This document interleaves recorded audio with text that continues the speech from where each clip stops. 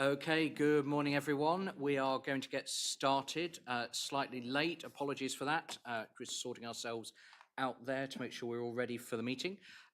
First up, a health and safety announcement. There's no fire alarm drill anticipated today, so if the alarm sounds, please leave the building through the nearest fire exit by following the signs above the doors. Make your way to the rear of the car park and wait there until you are told it is safe to return. And also please do make sure all phones are either muted or switched off.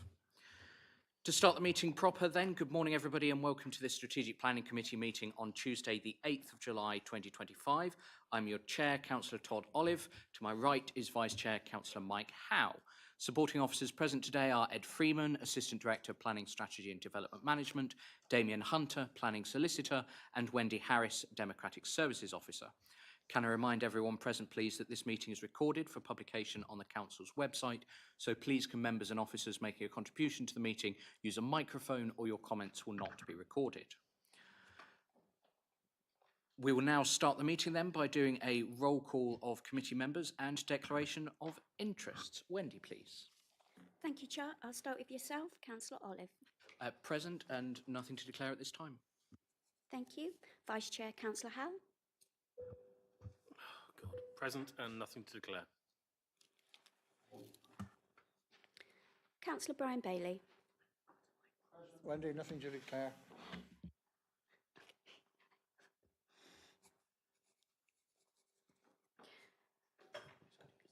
Councillor Jess Bailey, if you could use someone else's microphone and I'll sort yours out in a minute. Present, nothing to declare. Councillor Blakey. Present, no declarations. Councillor Colin Brown. Present, no declarations. Councillor Davey. Present, and I'm an East Devon, sorry, no, I'm an East Devon councillor.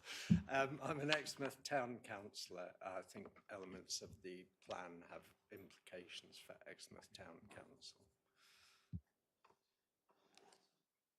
Councillor Fernley? Yeah. What exactly are you declaring? Well, because allocations in the local plan could have still implications for Exmouth Town Council, and various allocations in the local plan could have implications for the Town Council in other ways as well.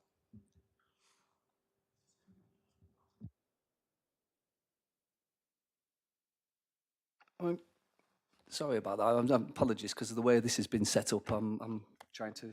Thank you. Let's switch my computer off. Okay. So no, what I'm saying is, I mean, basically, if it's going to affect one of your other registrable interests.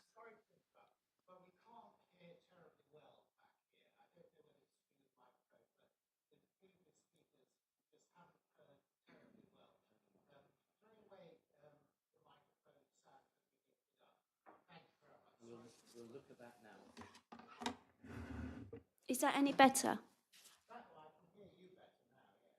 Oh, that's because I'm quite close to the microphone. I've turned the conference volume up to full. I can't get it up any further, so maybe we might need to speak closer to the microphone. Can you hear me? Yeah. Lovely. So what I'm asking you then, Councillor Davey, is if you're saying it's going to affect the finances or well-being of one of your other registrable interests, yeah. So then are you saying that you believe your judgment be clouded or not? No. No. So then it's an effects NRI. Yeah. Yeah. Okay. Thank you. Can I just hold for a minute then? Damien, would your advice be that everyone on committee who's a member of a town or parish council with an allocation needs to declare an FX NRI? Effectively, if they believe that any of these individual allocations would affect them, then yes. So if everybody's going to be in that situation, it's pretty much a blanket affects NRI, unless you believe you're prejudiced in any way. Can we just take it as a blanket, or do you need us all to declare it individually? Take it as a blanket. They are all recorded on our register of interests as well, I would note. So in which case then we'll take it that every member on committee who's a member of a town or parish council is declaring an effects NRI. Councillor Bailey? Jess Bailey? I was just going to say that. Councillor Jess Bailey?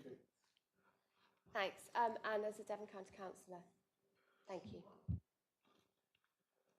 Okay, thank you. With that said then, we'll finish the roll call and you don't need to declare it every time, folks. Thank you. So that leads me to Councillor Fernley. No? Present. Oh, Present, no declarations, other than what we've just blanketed. thank you. Councillor Haggerty? No, it's not here. Okay, Councillor Young. I'm present and I need to declare an interest that I'm Chair of Beach Management Plans for a lot of areas, so the CCMA issues come under that, and I've been lobbied on a number of planning applications around Exmouth. I think we'll note lobbying for those allocations on behalf of everyone on committee, please, Wendy. So Damien, the beach management plan, would that be affects NRI? No, I come with an open mind. Thank you. Councillor Ledger. Present, and I'm going to need some advice off Damon. There's an individual site within Seaton that is opposite to my home. Would I need to declare that right now? So on that basis, I would say that you've got to consider whether or not it would directly affect your well-being or your finances. That's the first question to ask yourself. It overlooks my property, so yes, it would. Okay, then. So then, do you believe you're affected to a greater extent than anybody else? I would say you are if you're so nearby. So you would have an effects and prejudicial NRI, and you would have to leave the meeting when that item's discussed. The advice is more so on the fact that is this not higher level enough that I wouldn't need to look, because we're not really discussing the Seaton site specifically. If we're not discussing this... Sorry.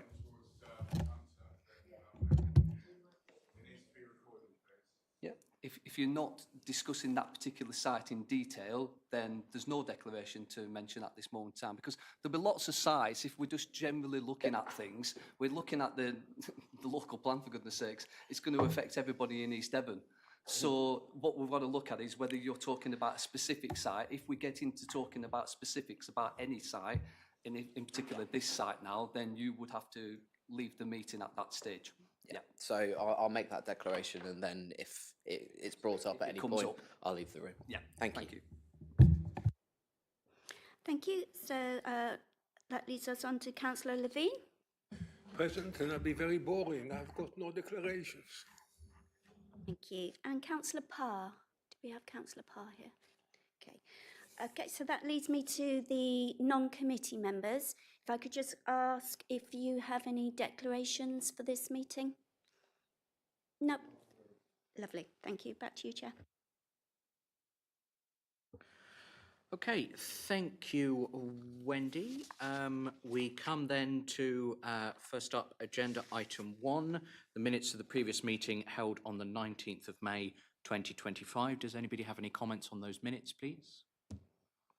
No, in which case then, as chair, I'd like to move those minutes as true and accurate records of the meeting. Members, please raise your hand if you're in support. Any abstentions? Okay, that's everybody. Thank you. Those clearly carried.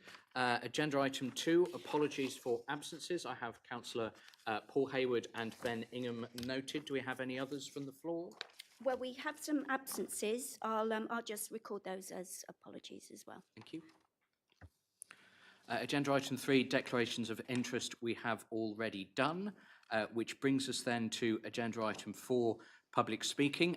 Many of those on the agenda today to speak have spoken at some point or other here in previous meetings. If you haven't, please use the microphone on the lectern at the front. You'll need to push the button on the right to switch the microphone on, and when you do so, you'll see your image appear on the screen together with a 3-minute timer, which is the time that you'll have to make your statement or ask your question. We begin then with Mr. Thomas Shillitoe.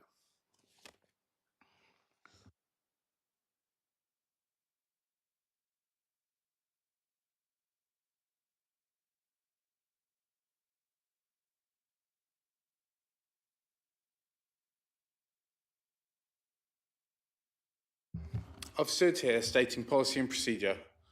The Reg 19 evidence demonstrates these are not of concern. So, Mr. Freeman, false statements, fiddled evidence. Thankfully, the inspector will see it all. Just on the HABS regs, December 11th, no HRA. Feb 4th, non-compliant HRA. Mr. Freeman, Jess Bailey was straight up asking you, your professionalism should have compelled you to say the plan was not legally compliant. You're meant to be helping them make informed decisions, not mislead them.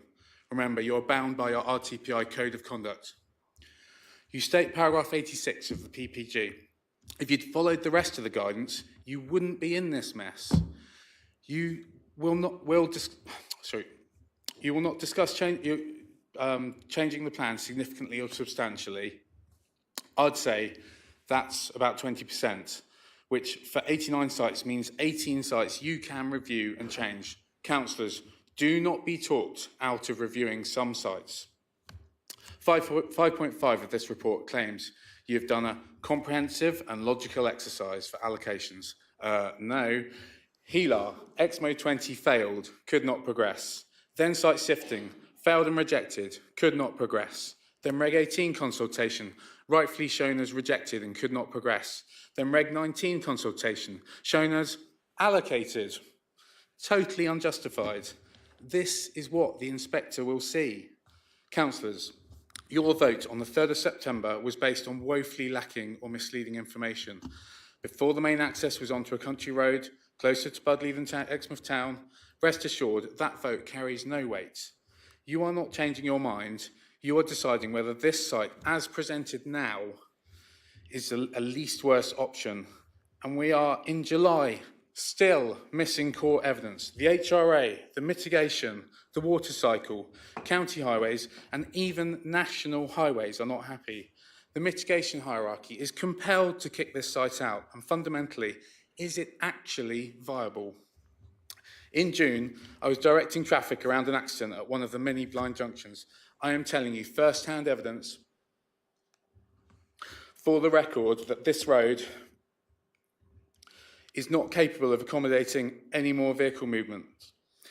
On this point alone, I beg you to reconsider. Councillors, XMO 20 will not make the inspector's version for adoption. If you make this easy decision now and focus on where the houses can be reallocated, or the inspector will do it and you will have no say. This is your choice, control or no control. So your reallocation options should be restricted to sites that actually passed HELAR, were preferred or second choice in the Reg 18 consultation, and sites which are not in conflict with the site selection methodology dated May 22, not the cover-up version in the evidence library. Really flipping important, that bit.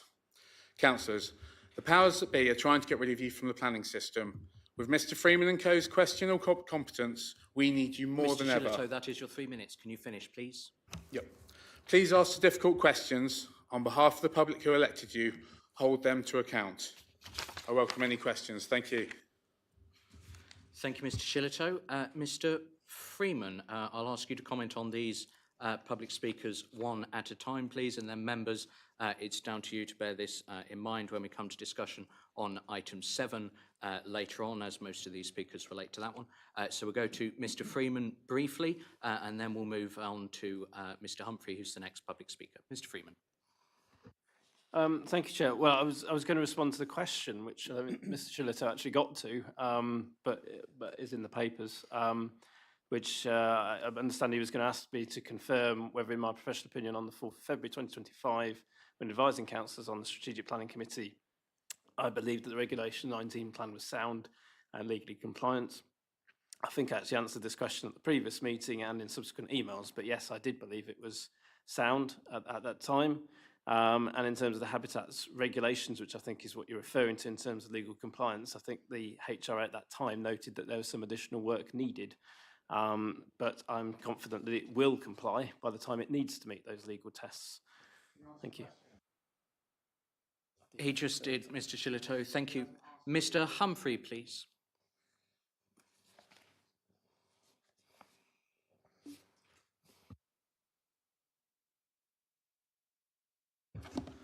I'm here today to highlight concerns that I have with regards to Reg 18 and the handling of sites Exmo 20, 20A, 20B and Exmo 46, which in turn impacts on the inclusion of Exmo 20 in Reg 19. My concerns are as follows.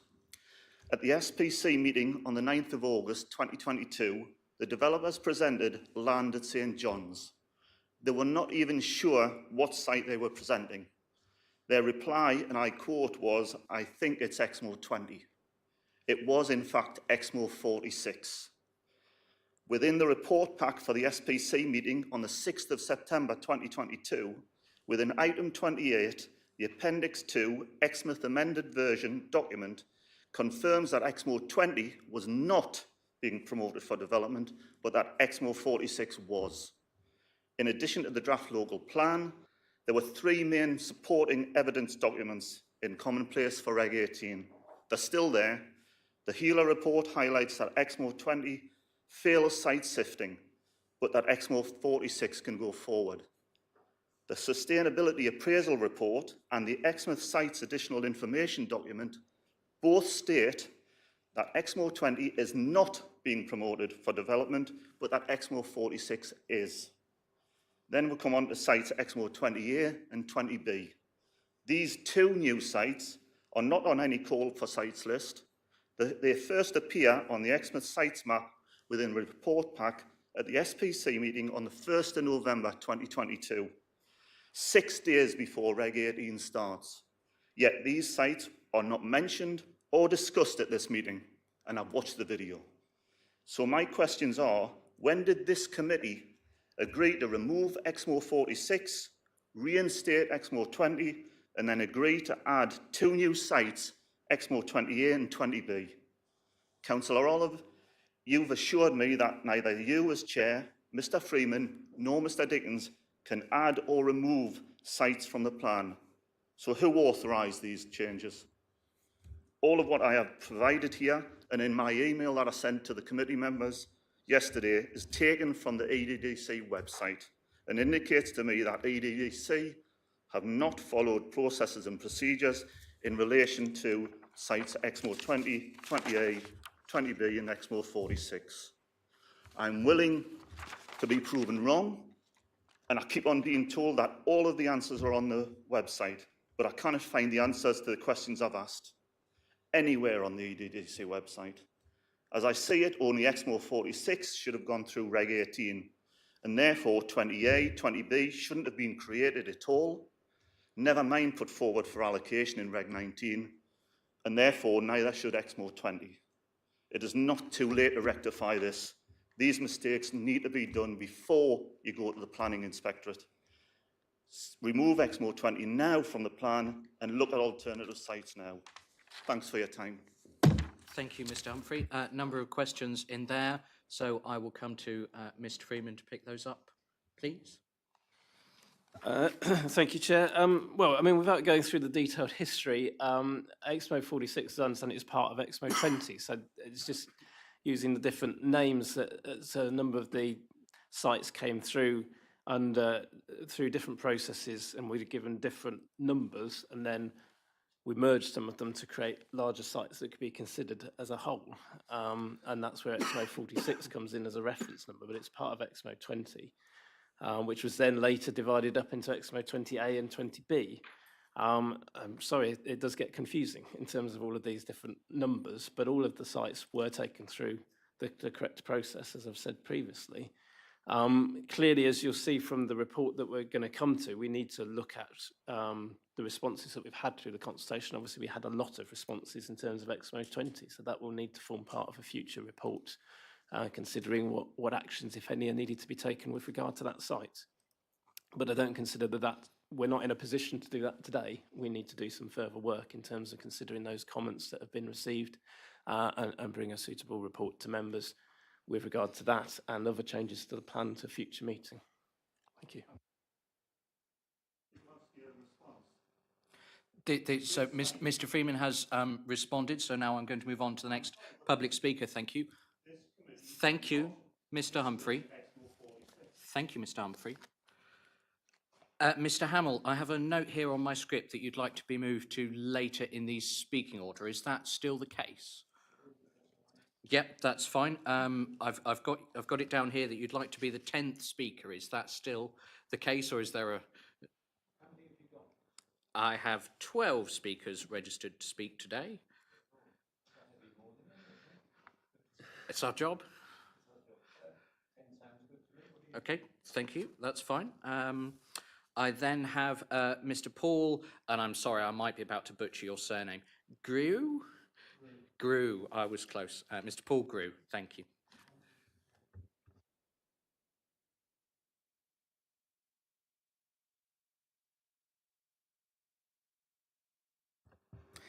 Thank you, Mr. Chairman. Good morning, ladies and gentlemen.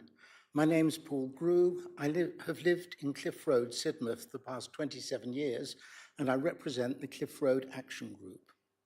I wish to talk today about the draft local plan, and in particular policy AR03, which proposes a coastal change management area, or CCMA, on the East Cliffs of Sidmouth. There are 15 houses in the proposed CCMA, and the policy states that within the coastal change management area defined on the policies map, proposals for new residential development, including the conversion of existing buildings, will not be permitted. The policies map purports to show the area that EDDC believes will have been eroded in the next 100 years. I wish to suggest that the policy should be dropped for two reasons. First, there is little evidence to show how this area has been arrived at. The original draft local plan showed an area containing over 40 houses, but this was reduced to the present 15 houses because of objections received, not for any scientific analysis of erosion. Secondly, the policy doesn't appear to benefit any local purpose. If, however, this is not possible, then I would like to propose two, I hope you'll agree, common sense amendments to the policy. First, householders should be allowed to extend or alter their properties, subject to usual planning regulations and at their own risk. 12 years ago, I extended my house. I knew I would only be able to enjoy it for perhaps 20 to 25 years, not because of erosion, but due to my age. If this policy had been in place then, I wouldn't have been able to build this extension. As it stands, I couldn't even add a porch to my house. I believe that within reason, householders should be able to decide what to do with their own properties. You will all know that there's an ongoing project to reduce the rate of erosion at East Cliffs to the long-term average of 10 centimetres per year. This is primarily to protect Sidmouth town from flooding. My second proposal, therefore, is that this policy should explicitly state that the CCMA designation will be removed upon completion of these works. It's currently scheduled for the end of 2027, as the reduced rate of erosion will mean that no property is at risk in the 100-year timescale, thus eliminating the need for a CCMA. So if dropping this policy, which is our preferred option, is not possible, my two proposals are, first, allowing householders to extend or alter their properties, and second, eliminating the CCMA once works to reduce the rate of erosion have been completed. Thank you, Mr. Chairman. Thank you, Mr. Grew, and I'm sure we can pick up those comments when we come to debate on item 7 later on this morning. Next up, Ms. Kerin Hamill.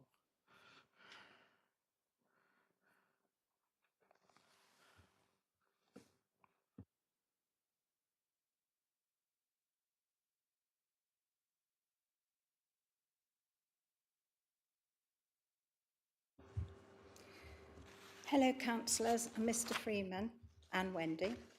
Like many people, I struggled with the consultation method using Commonplace. It is therefore utterly amazing that there are 1,110 comments from people who have given their thoughts on Exmo 20, and still everyone is being ignored. The plan is not sound, in spite of what Mr. Freeman is saying. The plan for Exmo 20 goes against many of East Devon District Council's policies. Speakers here today have explained countless times why you, as our councillors, should be asking about the procedures which wrongly have brought us to this point today. I do not live in the proposed Exmo 20 backyard, but for the people who live in St John's Road, it is a travesty. The proposal, however, will affect me, as the main exit for the proposed site and entrance is onto the B3179, which runs busily across the top of Darditch Lane, where I live. There have been 4 accidents on this road at the top of my lane in 4 weeks, and so to add more traffic to this road will be dangerous and foolhardy.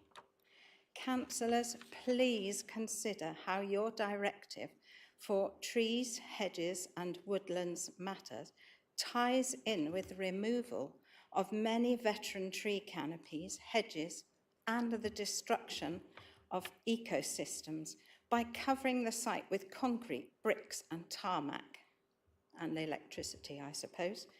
Councillors Young and Olive have even contributed towards this directive. How can that be? What is going on?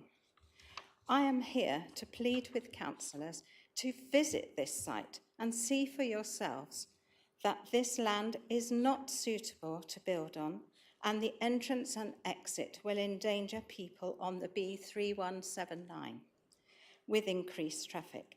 Please consider building these houses in a more suitable place, perhaps next door on the home base site. Thank you, Ms Hamill. And I'm sure councillors will reflect on that and pick it up in debate, as there was no specific question in there. Ms Joanna Chalker. I've got that to read out. We have a statement. Thank you, Wendy. Good morning, councillors. It seems there's a disconnect between East Devon's site allocation choice.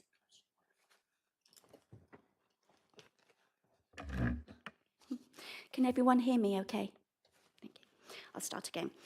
It seems there's a disconnect between East Devon's site allocation choices and the NPPF definition of sustainable locations. Why are the consultation responses for your supposedly least worst choices so disproving? The site selection methodology has a key criterion of walkable distances to services, with the figure of 1,600 metres, which is 1 mile or 20 minutes, widely quoted. I looked at the settlement hierarchy, and this is where I uncovered the fundamental flaw that appears to have generated poorly located allocations such as Exmo 20. So in East Devon, if you walk for 1,600 metres from the service centre of any settlement, you will get beyond the settlement boundary. The only exceptions to this rule is the recent development of the western end of Honiton, the most northern parts of Sidmouth, and of course vast swathes of Exmouth. 1,600 metres from the Strand gets you only as far as Withycombe Village School. Yes, really, Exmouth's wedged growth pattern further exacerbates things. This singular whole settlement assignment is not fit for larger sprawling settlements. Sidford, now considered part of Sidmouth, suddenly jumps into Tier 2. What about if Lympstone becomes a suburb of an expanding Exmouth? Does Lympstone suburb suddenly be deemed to have hospital and secondary school? Your assessment is not appropriate for settlements larger than 1,600 metres from centre. That's how you are incorrectly stating a site like Exmo 20 is in a sustainable location, yet its main access point is 4,340 metres from Exmouth train station and a 4-mile drive, which, by the way, is the same as Exton from Exmouth Centre. Yet you don't claim Exton has a hospital and a secondary school. So measuring 1,600 metres from the services as identified in the settlement hierarchy assessment, much of the rear of Exmouth cannot be considered a sustainable location. I did find something of great interest to tell all that may help save this local plan. First, Limestone, a Tier 3 in part due to having hourly bus service. This bus service is over a kilometre walk from the centre of the settlement, located on the A376, but within the 1600 metres, so it counts. Now, Wimpole, Tier 4, only different to Limestone, is not having an hourly bus service, except it does. This bus service, the 44A, is over a kilometre walk from the centre of the settlement, located on the old A30, but within the 1600 metres, so it counts. Wimpole also has 382 bus running through it. Wimpole is a Tier 3 settlement. For reallocations, you should be considering Wimpole on the main line railway and with good transport links via the best road serving East Devon, the purpose-built A30 dual carriageway. It's also closer to the secondary school at Cranbrook than Exmo 20's main access point is to Exmouth Community College, which is confirmed as having no capacity to expand. Wimpole even also has King's School 3 miles in the other direction. If you don't utilise the gift that is Wimpole, I believe the inspector will. If you don't utilise the gift that is Wimpole, I believe the inspector will. I shall submit my Venn diagram maps to assist the inspector. So please consider site allocations based on actual sustainable locations. That's the foundation of the MPPF, walkable communities. This will result in a much sounder plan. Please reconsider Exmo 20. Thank you. Okay, thank you, Wendy, for reading that out, and Ms Chalker for sending that in. Again, no specific question, so down to councillors to reflect and consider for debate when we get to item 7. Next up, we have Ms Emily Glanfield, and I believe we have a question to be read out. Yes. So she says, since the 3rd of September, it has been confirmed that Exmouth 20 has no meaningful vehicular access to Exmouth. It is accepted that housing would need to be concentrated on the southern part of the site, Exmo 20, so the lack of vehicular access to Deanon Way would require cars to drive at least a kilometre in the opposite direction away from Exmouth Town Centre to join the main access at the B3179, a country road, before driving back down to Exmouth. The direct result of allocating Exmouth 20 would be forcing cars to drive more miles, making longer indirect car journeys from all the proposed 700 homes. Furthermore, the situation has changed significantly since the 3rd of September, in that the long-awaited Deanon Way extension is now finally underway, meaning that the Hullam Road sites will link directly to the A376. Can you confirm that you still believe Exmouth 20 would be the least worst option and a sustainable and accessible location? Thank you, Wendy. There is a question at the end there, but I'm not sure it's a question Mr Freeman can put an answer to, as I think that's more a question for committee in what it wants to do, if anything, with Exmouth 20. So I think probably the most sensible thing for me to say is thank you, Ms Clanfield, for that question, and we will seek to pick that up in debate on item 7, rather than put Mr Freeman on the spot speaking for committee, whose decision it ultimately is on the answer to that question. Next up then is Ms Abby Muse.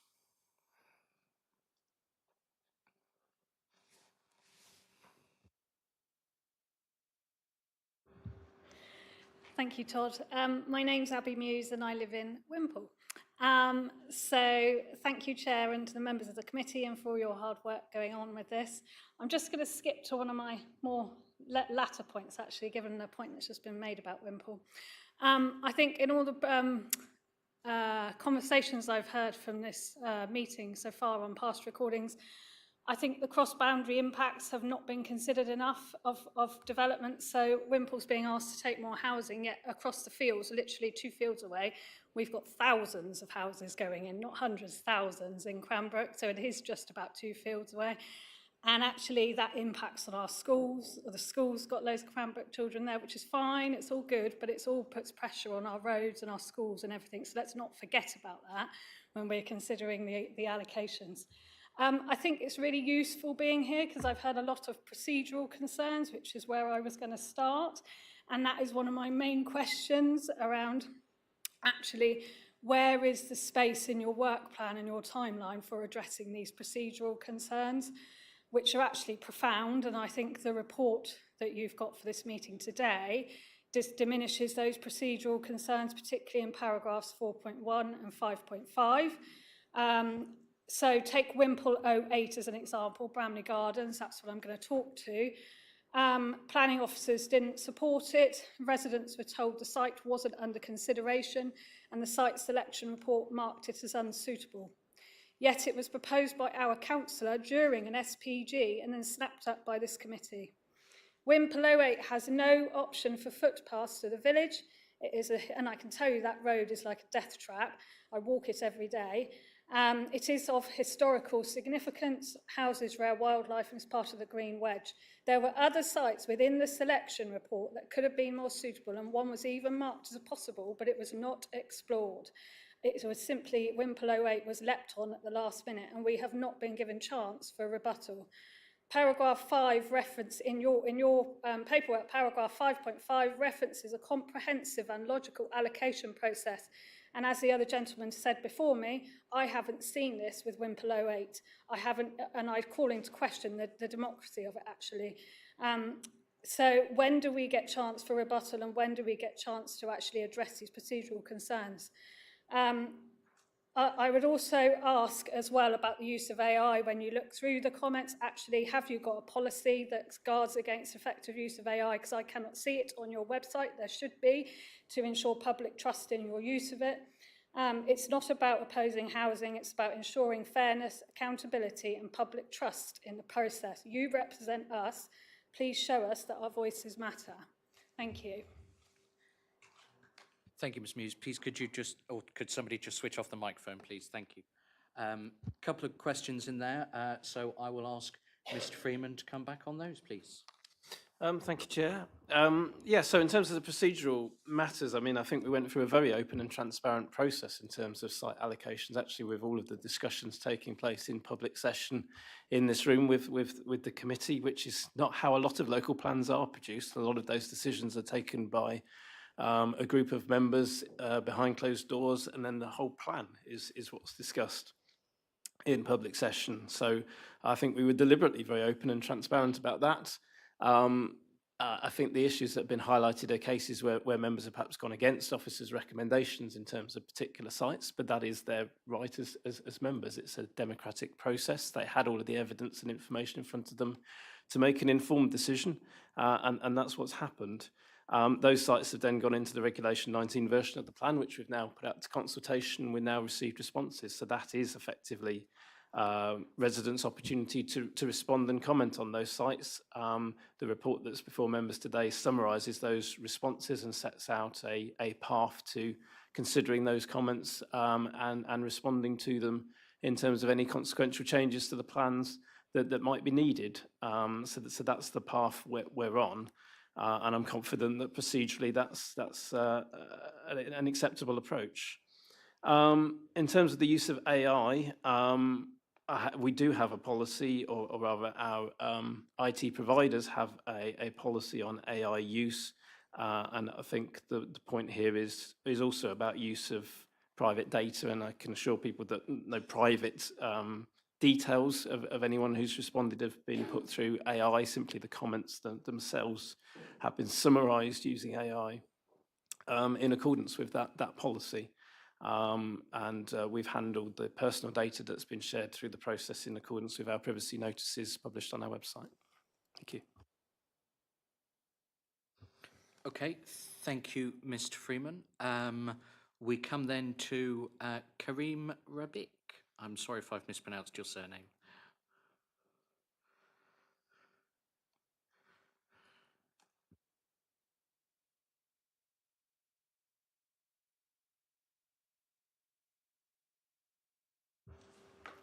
Good morning. I stand to you before you to express deep concern over the proposed Exmo 20 development of 700 houses bordering the Woodbury Common. The Common is a site that carries not just one but several layers of national and international ecological protection, site of specific scientific interest, special protection area, special area of conservation, natural nature reserve, which incidentally is the highest level of conservation protection available under UK legislation. The Common is also in the process of being included in the local nature recovery strategy of Devon as a high-value land. This is one of the most highly designated conservation areas in the southwest of England, not to mention that the actual site that has been put forward for the development itself has been designated as a strategic natural area for its importance as a link between the Common and the sea. To consider placing major housing development on the edge of Woodbury Common is quite simply a step in the wrong direction, not only for biodiversity, but for our obligations under national planning policy and environmental law. The mitigation hierarchy, which I'm sure this committee is familiar with, asks first and foremost, can another site provide the same outcome with less harm? This site, adjacent to an extremely protected landscape, surely fails that basic test. There are other locations that do not carry the same level of ecological sensitivity, where development could proceed with significantly less risk to wildlife, habitat, and the integrity of a protected area. The Woodbury Common is not just a local treasure, it forms part of a network of rare lowland heath, home to species found nowhere else in Britain. And it is critical to our national biodiversity strategy. To place 700 houses with the inevitable impacts of noise pollution, light pollution, traffic, and the pollution that comes with that, not to mention domestic animals, human pressure, also close to this important, sensitive, and rare habitat runs counter to the very purpose of its protected status. Let us not forget the damage done by proximity is not easily mitigated.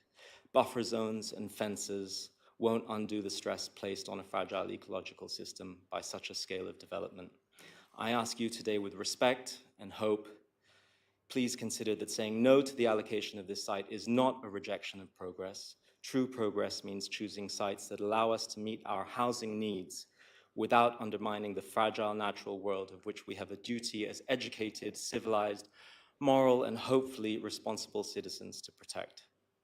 If this site were to be given a green light by the committee, what precedents would it set for property developers in the future wishing to build large-scale projects at the doorstep of highly sensitive and protective conservation areas? What hope will nature have in the future if the leaders of today do nothing to protect it? If this committee truly honors mitigation hierarchy and the values behind SSSI, SPA, SAC, NNR, LNRA, and SNA protections, then I believe the only reasonable decision is to seek an alternative location. Thank you for your time and for your stewardship of our shared future. Thank you, Mr. Abik. Mr. Justin Shaw.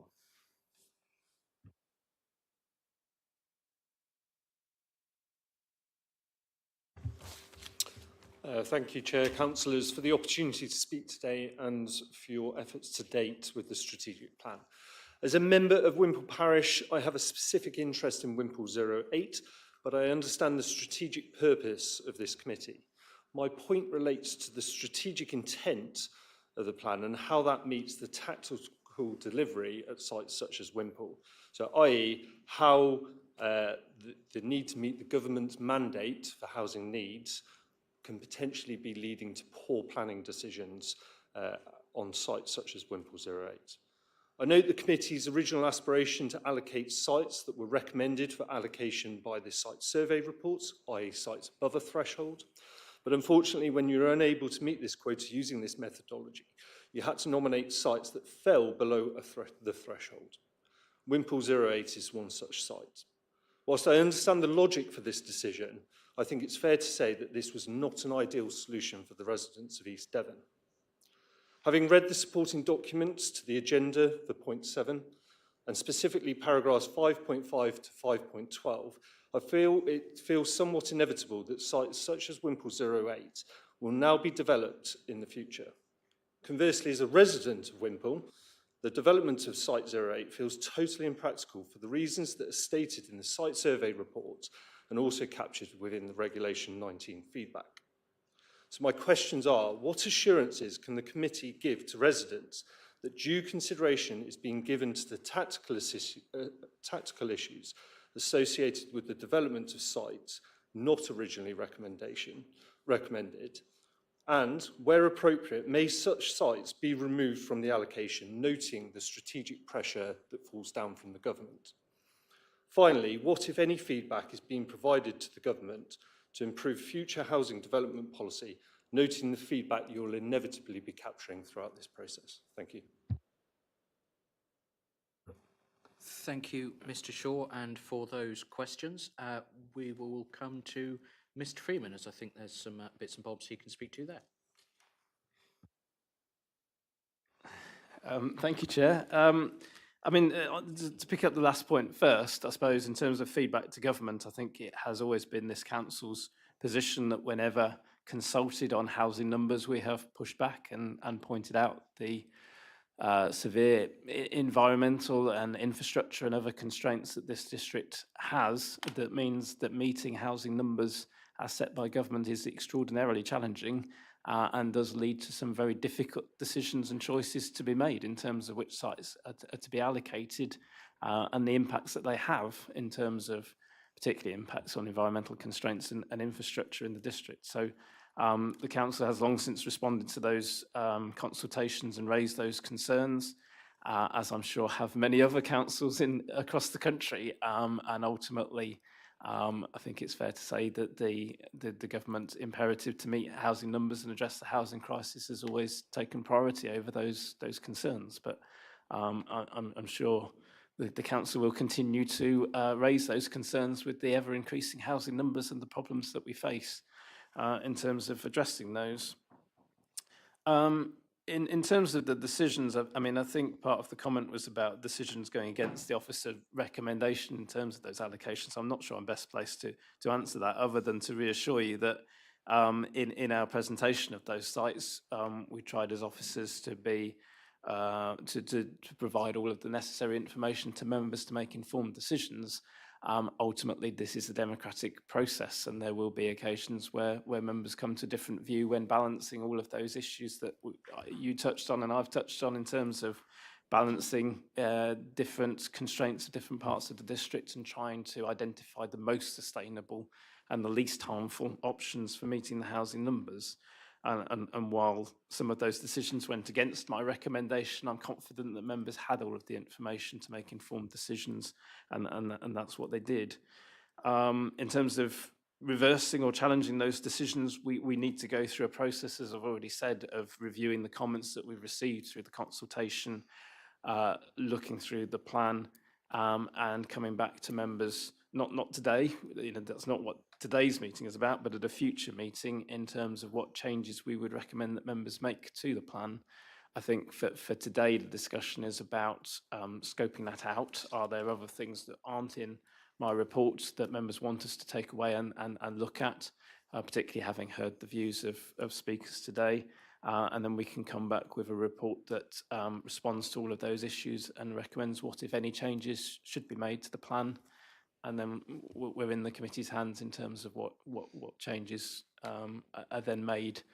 And then the further consultation, second Regulation 19 consultation to follow when residents and interested parties have the opportunity again to comment on the plan. And those can go forward through the examination process from there. So there will be further opportunities to review and comment on the plan. Thank you, Mr. Freeman. I will come then to Mr. John Howell for our 10th speaker.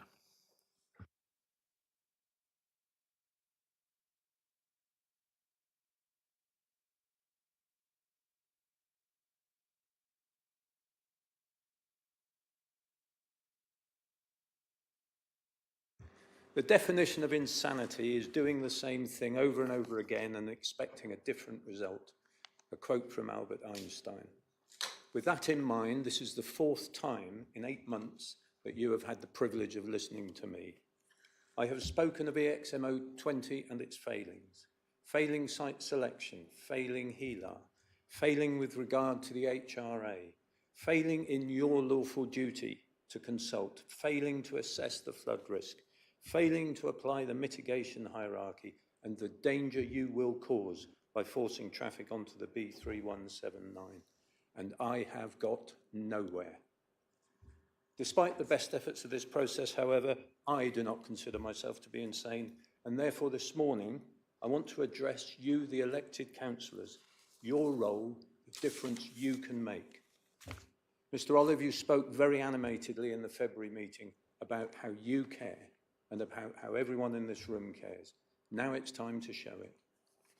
The consultation feedback report fully acknowledges the importance of EXMO20. 1,110 responses out of 3,510, 1/3 on EXMO20. Your electors are telling you something. In the last few months, we've contacted Mr. Freeman's office many, many times. And on the occasions we received a reply, we were told, use the consultation process. So we did, 1,110 times. And now, Mr. Freeman, you're advising them to carry on with this flawed plan. Have no regard for the message received from your electors. It is Mr. Freeman who tells you in his report the most commented on policy was SD01, in particular EXMO20. He further says there were numerous challenges to the sustainability appraisal, particularly EXMO20. He admits statutory bodies raised significant concerns and objections to the plan, but still he ploughs on. The report states on page 4, it is essential that the plan does not change significantly.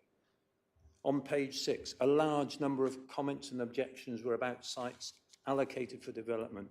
It is not, in bold, underlined, considered that a substantive review of whether sites should be removed from the plan is appropriate. So why did you bother consulting? So what am I saying today? My wife had 34 seconds, Mr. Olive, which I'd like to pick up. That's all. It is clear there is overwhelming evidence against EXMO20. You councillors have been advised to plough on. What I say to you is you face a choice. Support the officers with their obsession with a timetable, or listen to your electors. We're saying what they seem to be saying in Wimpole. Process, get it right, be fair. EXMO20 has been wrong from the outset and cannot be made right.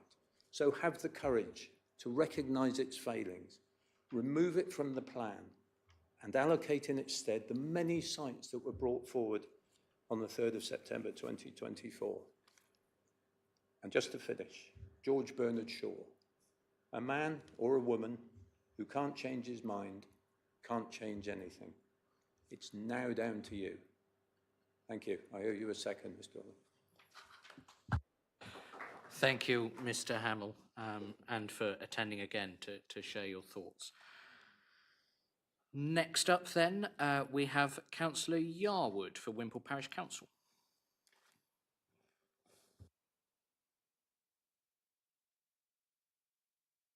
So another voice from Wimpole. I'm Jo Yarwood, I'm a member of the Parish Council. I'm here to speak on behalf of the village concerns about the two sites that have been allocated within Wimpole. Both are raising serious concerns within the village about pedestrian safety. This is a village where all roads leading into the village have single lane access. All roads leading into the village are variously without pavements. Our villages will be left at more increased risk by increasing the number of houses within the village. The idea for the two sites is 83 houses. It's entirely likely that people will have 2 cars in each house.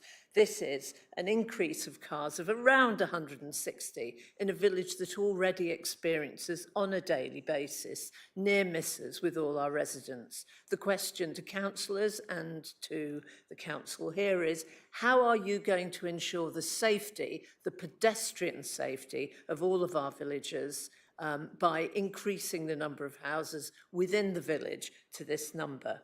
Furthermore, both sites have flood risk issues. The site referred to as the old cricket ground has on at least 2 previous occasions been rejected on the grounds of road safety. In other words, access to and from that site. Our local consultation did indeed highlight the need for more houses, and it asked for more adapted housing. However, the numbers required in that local consultation were fewer than town houses. The other issue we also like to raise is that the 08 site is, as I think has already been referred to, intruding on the green wedge, which I know the council has a great commitment to. How is diminishing the green wedge any sign of the council's commitment to such policies? I think that's all I need to say. My colleagues from Wimpole have already said enough, and we don't want to take up time. But these are issues that have been raised previously. We don't feel that they've been taken into account, and we want to particularly focus on pedestrian safety, which is a major issue in our village. Yes, we have a school, it's oversubscribed. Yes, we have a station, but you still need to be able to walk through the village to get to the station. Thank you very much. Thank you, Councillor Yarwood. And last, but by absolutely no means least, Mr. Tony Birch.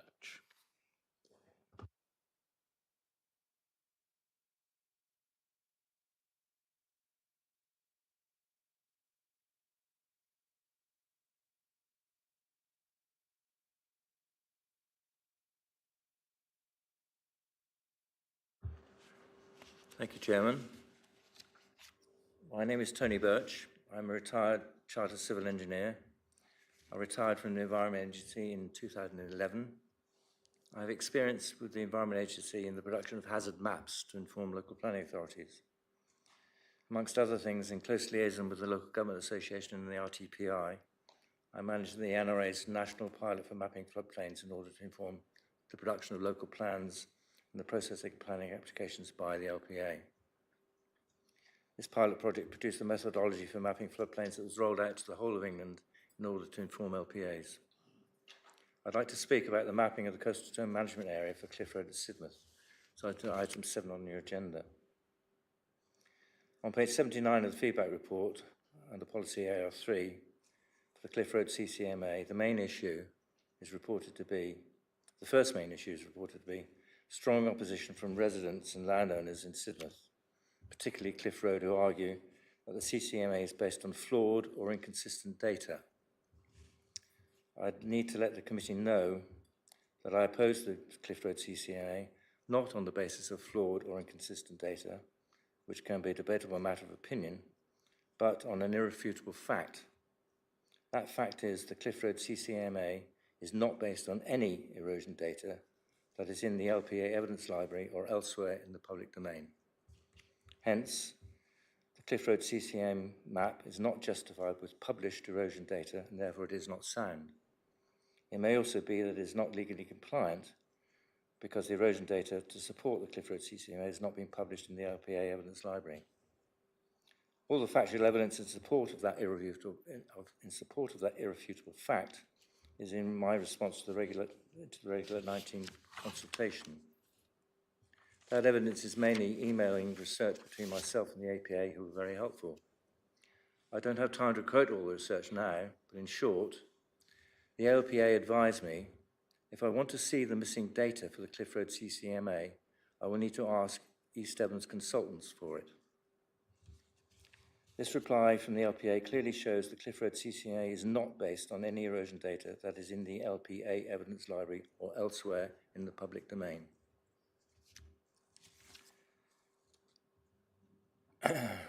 I'd like to request that the Cliff Road CCMA be reviewed, or the most recent data, i.e. since the 2017 BMP, that was used to analyse it, is produced. I start again. I need to ask I need to ask that the Cliff Road CCMA be reviewed, or the more recent data, i.e. the 2017 BM, the data that was produced since the 2017 BAP is analysed. I have to do this again. I'm getting really twisted up here, aren't I? I'd like to ask the committee that the Cliff Road CCMA map be reviewed, or the more recent erosion data, that is the erosion data since the BMP was produced, and the analysis of that data, which was used to produce the Cliff Road CCMA, is published in the LPA Evidence Library. Thank you, Chairman. Thank you, Mr. Birch, and I'll come very briefly to Mr. Freeman on that point. Yes, thank you, Chair, and thank you, Mr. Birch, for your comments. We had a brief conversation before the meeting started, and I've made a note. I'll pick that up with the relevant officer and see what we can do to address your concerns, whether there's more information we can make available. So leave that with me. Okay, thank you, Mr. Freeman, and thank you again to everybody who's either sent in comments or spoken this morning. As we've been going an hour and 5 minutes now, and the first item on our agenda is going to be, I sense, a chunky one. We're going to take a break now before we get started on that item, and we will reconvene at 15 minutes past 11, members.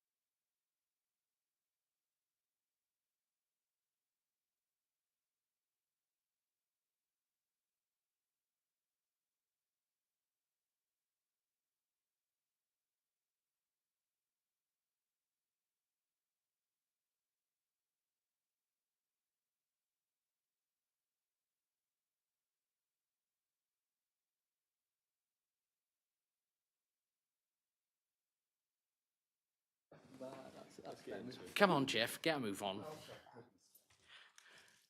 Okay.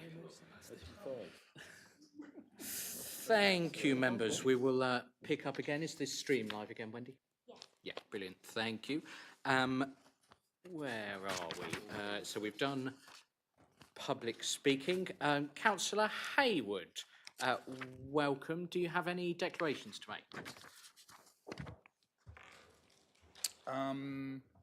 Bear with me one moment. I suppose it's in relation to agenda item 7. Yeah, agenda item 7, Devon County Councillor for Axminster and also an employee of Axminster Town Council. So it's both are affects NRI. Don't affect me any more than anyone else. Thank you. Okay, thank you, Councillor Hayward. Those are noted. Agenda item 5 then, in, I think, possibly a first since I have sat on SPC. We have a matter of urgency to come to later in the meeting, which is agenda item 9 on the revised bid from Exmouth Rugby Club. So we'll come to that later on today. Agenda item 6, confidential or exempt items. There are none. Which brings us to today's blockbuster, agenda item 7, the East Devon Local Plan consultation feedback, timetable and future work plan from page 12 on your agenda, members. And we'll start with Mr. Freeman, please. Thank you, Chair. So this report seeks to feedback on the first stage of Regulation 19 consultation and looks towards the work programme for considering and responding to those comments and making any consequential changes to the plan that arise from that process. So members will be aware the first round of Regulation 19 consultation concluded at the end of March, and we recorded 3,510 individuals or organisations making comments on the plan through that process. And appended to this report, you'll see a fairly detailed breakdown of those responses that were received by policy. And where possible, we've indicated the numbers of responses in relation to those issues raised. The key themes and issues are highlighted in paragraph 3.3. You'll see, as has previously been mentioned, a lot of responses in relation to site XMO 20, 1,100 responses, multiple petitions on that site centred around concerns around biodiversity, flood risk infrastructure, and the procedures followed in relation to that site, many of which have been raised by public speakers already today. Concerns around the housing strategy and the housing requirement figure, and questions primarily from the development industry around us only meeting 80% of the standard method and calls for us to meet the full need as identified in the new standard method. And respondents also criticising the step trajectory and over-reliance on a single new settlement as part of that. Again, I think those comments were primarily from development industry respondents. The spatial strategy and settlement hierarchy, so there was broad support for focusing growth in the West End and main centres, but concerns raised about underclassification of certain settlements. Fennerton's mentioned, you've also heard concerns from public speaker earlier about Wimpole and whether or not that should have been classified differently. And underrepresentation of Exmouth's strategic role has been raised as well, although I think we heard some public speakers suggesting that there's potentially too much growth being put there as well. So there are contradictory views on some issues within these responses. Infrastructure and viability is another key theme, so many responses highlighting the need for stronger commitments to infrastructure delivery, particularly healthcare, education and utilities. Members will be aware of our relatively limited role in infrastructure delivery, more as one potential source of funding through SIL and Section 106 agreements, rather than a direct deliverer of a lot of those infrastructure requirements. But we have made clear commitments within the plan to work with providers to align delivery alongside housing and growth through the plan. Environmental protection is obviously a key trend as well. Concerns about impacts on biodiversity, climate resilience, landscape protection through the plan.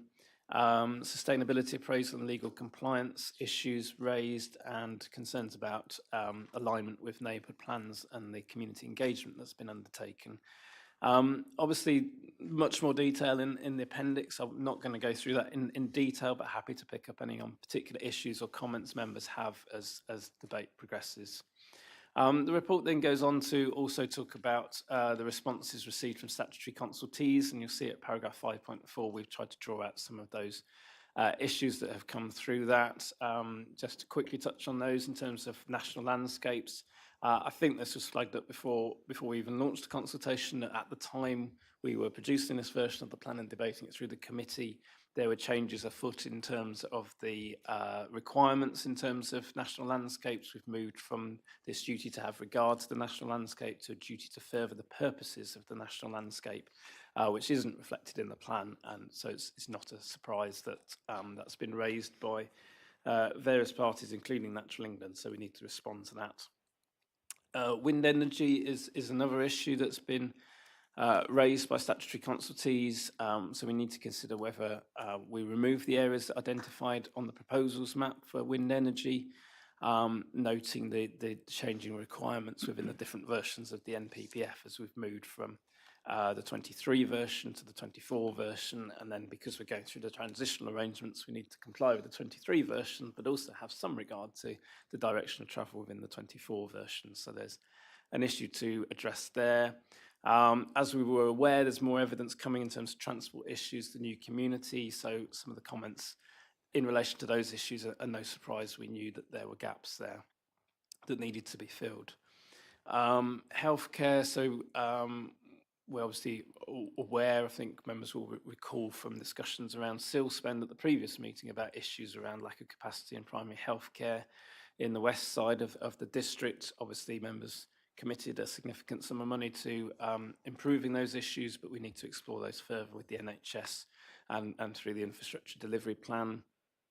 Water quality issues, members will be aware the water cycle study is a bit of an ongoing piece of work that's taking much longer than anticipated. We are now making some progress though, and I'm confident we will have a final version of that study for the second round of Regulation 19 consultation, which will help to address some of the comments raised by the Environment Agency in their responses to date.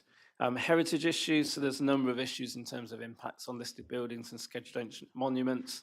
In terms of the site allocations, we're picking those up with site promoters, many of whom have already come back and said that they've done much of the work that's required in terms of that, and are sharing that work with us. So we're making good progress in hopefully gathering the information needed to address those issues.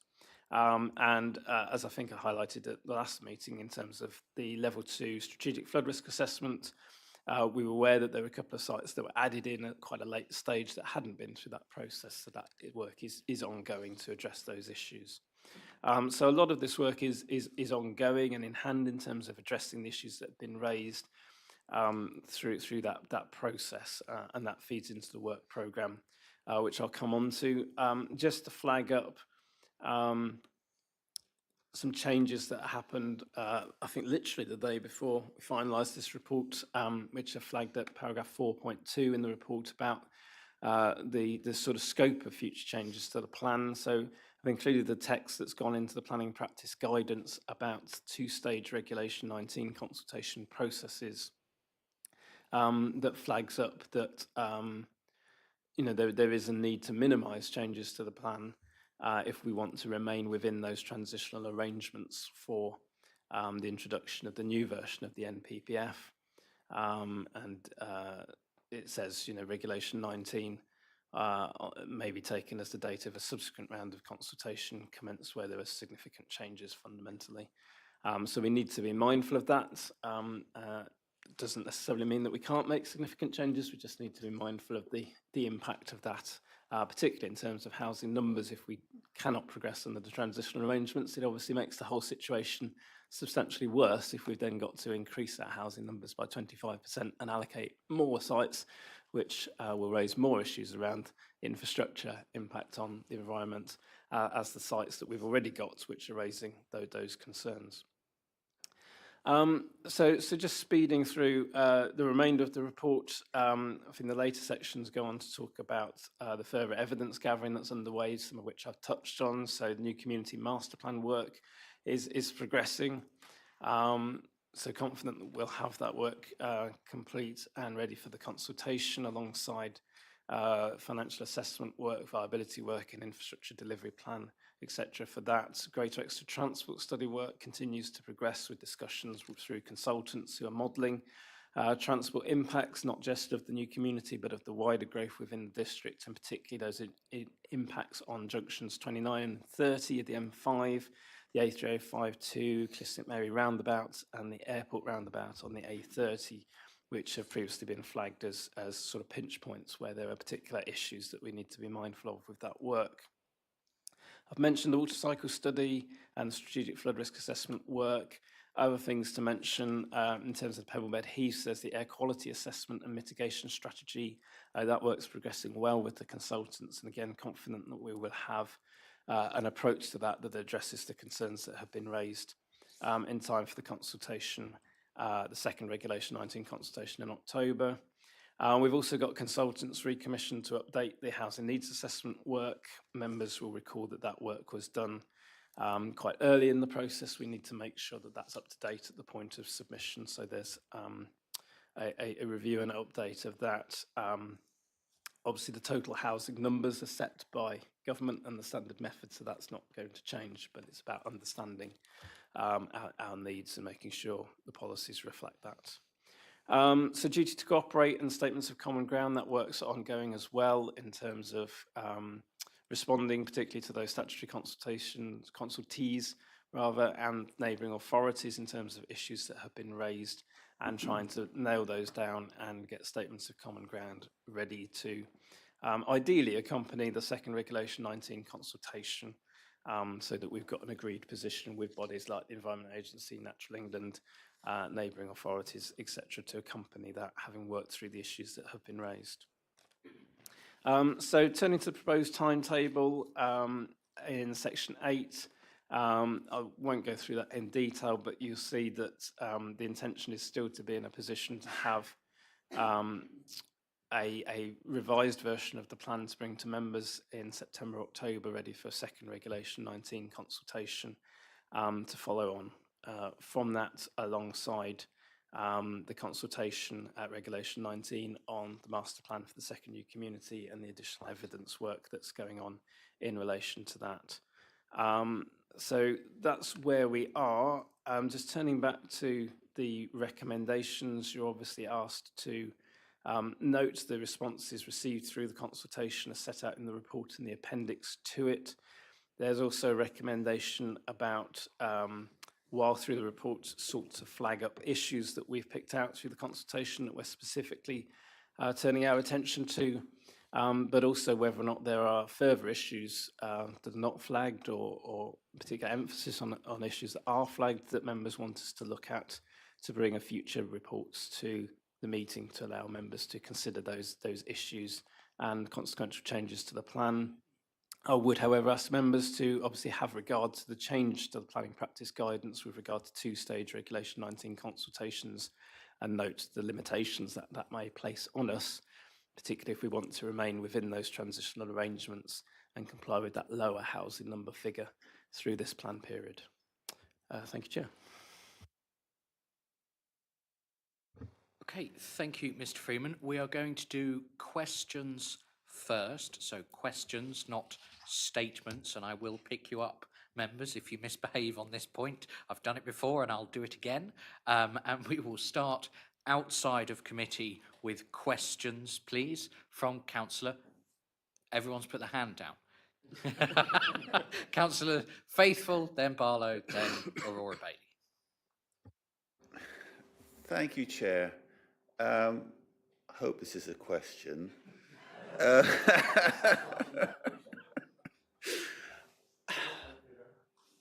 I am concerned about on the appendix document, in brackets, we've got who is saying what. On the agenda document, we don't seem to have that, and I'm concerned about, I mean, I'm just looking at item 3.3, and it's the wording that's been given where like spacious, we've just had a whole load of public.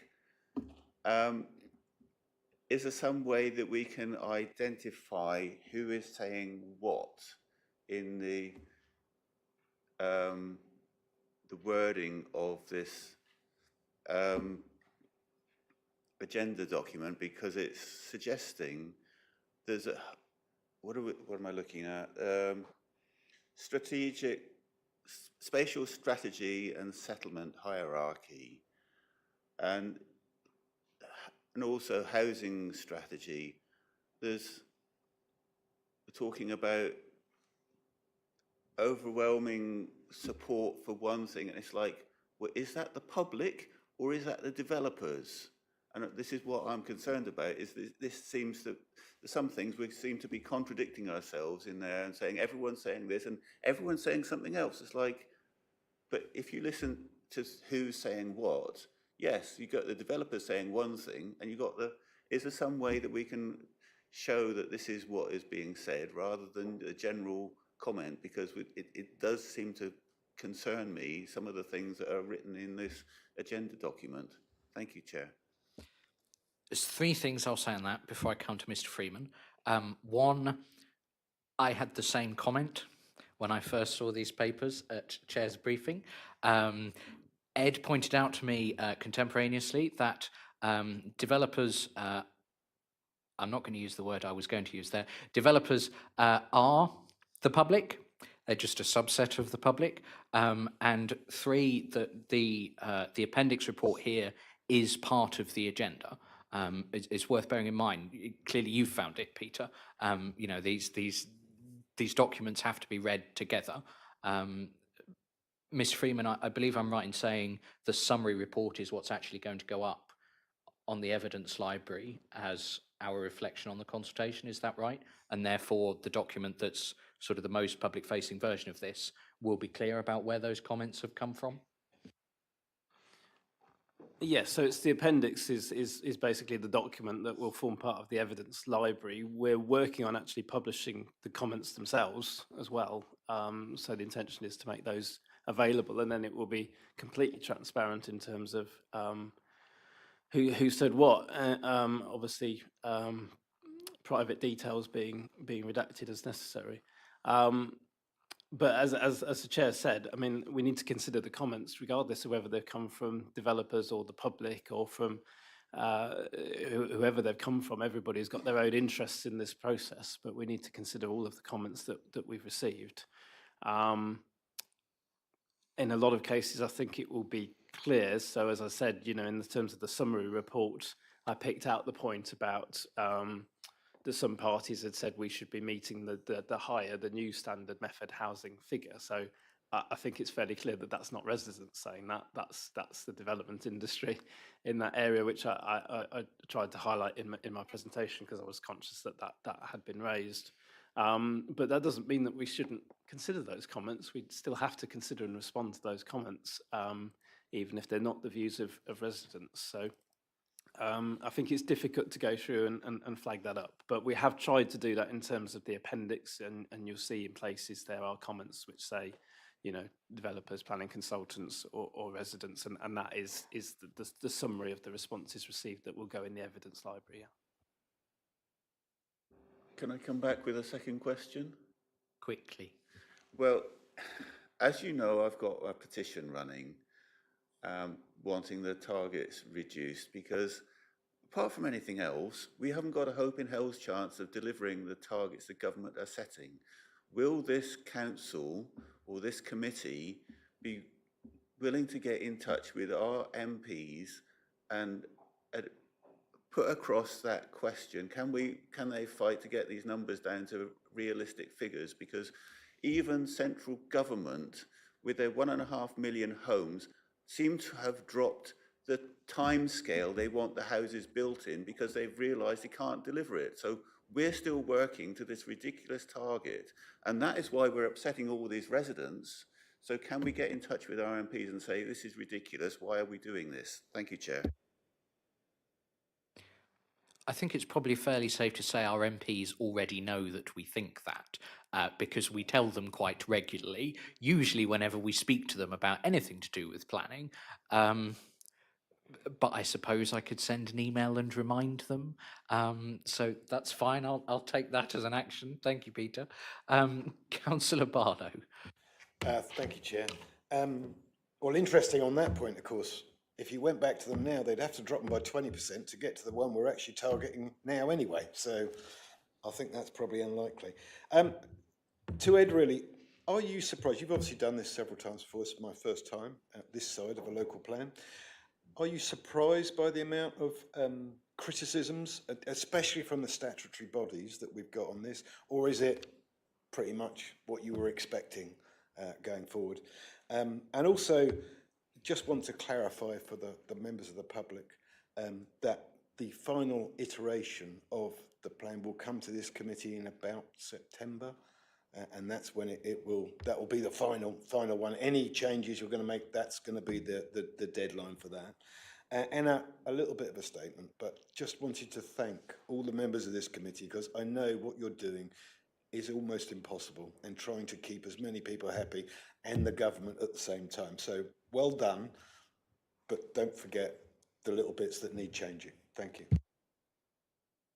Thank you, Councillor Barlow. Mr. Freeman. I mean, in terms of the amount of contributions, I suppose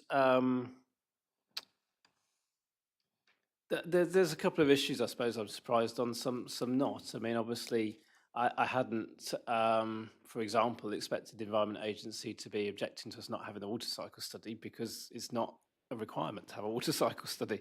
So that surprised me, but I suppose they know we're producing one. So that's perhaps what prompted that. Some of the some comments around sort of heritage issues, I suppose I'm surprised at the veracity of some of them. But then I think when we've been through them and seen, you know, some of the evidence that we've seen that perhaps they haven't reviewed, and we're sort of flagging that up to them and saying, here, look at this, look at that.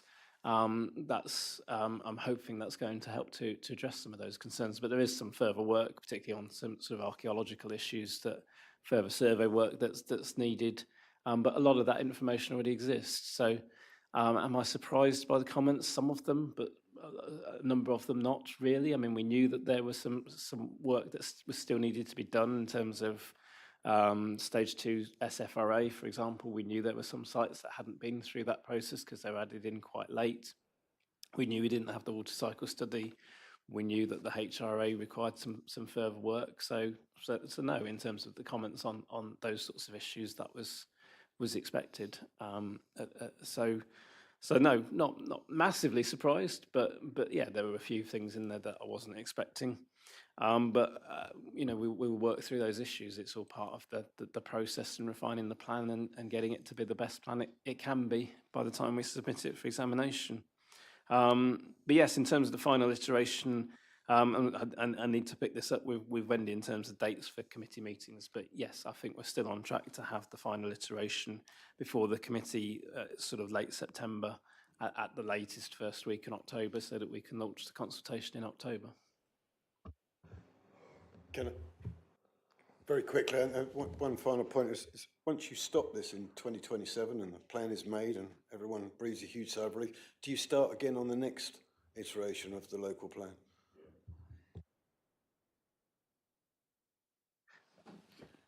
Yes, basically. I mean, I fully expect that because, well, assuming we can proceed and the plan is found sound under the transitional arrangements, I think we have to expect that we will be asked to undertake an early review, because the government's direction of travel, as we know, is the higher standard method figures in terms of housing numbers. So the fact that it's going through under the transitional arrangements is likely to lead to an early review. Equally, we need to understand where we are in terms of local government reorganisation at that point. By 2027, you know, we could be well into that process and heading towards a new organisation and be planning on a different geography altogether. So lots could change between now and then. I try not to think that too far ahead and focus on this plan. Thank you, Ian. Councillor Aurora Bailey. Thank you, Chair. It's not actually a question, but I wonder if I may speak because I'm actually... You may speak later when we get to debate, if it's not a question. I want to stick to questions now for this period, if that's all right. Thank you, Aurora. So when can I speak on it then? I will come to non-committee members when we get to debate in a moment. Okay, then. Thank you, Chair. Thank you. Councillor Roy Collins, question, please.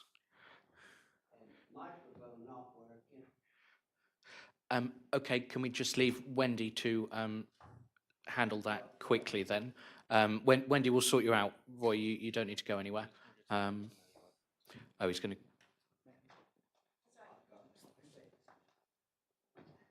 Okay.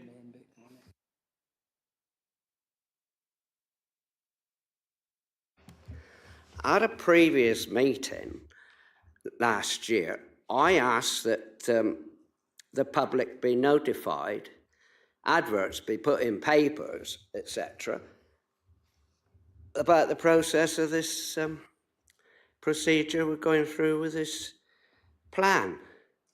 Now, I've seen nothing at all. We have one in Honiton, Honey 18, and that's, people still don't know about it. The town council's not been consulted, and the public, you have got 10 responses to that, which I was quite surprised about. And why hasn't this been done, or perhaps some public meeting put on? I mean, this is so important. You're going on to 42. People need to be consulted more than what you've done. 3,000 people replying isn't very many, in my opinion. I mean, when I done one before, I think there were 20,000 people who objected when Cranbrook was first muted. Thank you. Thank you, Councillor Collins. Mr. Freeman. Well, what I would say is we have a published statement of community involvement which sets out how we undertake consultation in terms of planning documents, which has previously been agreed by the committee, and the consultation was undertaken in accordance with that.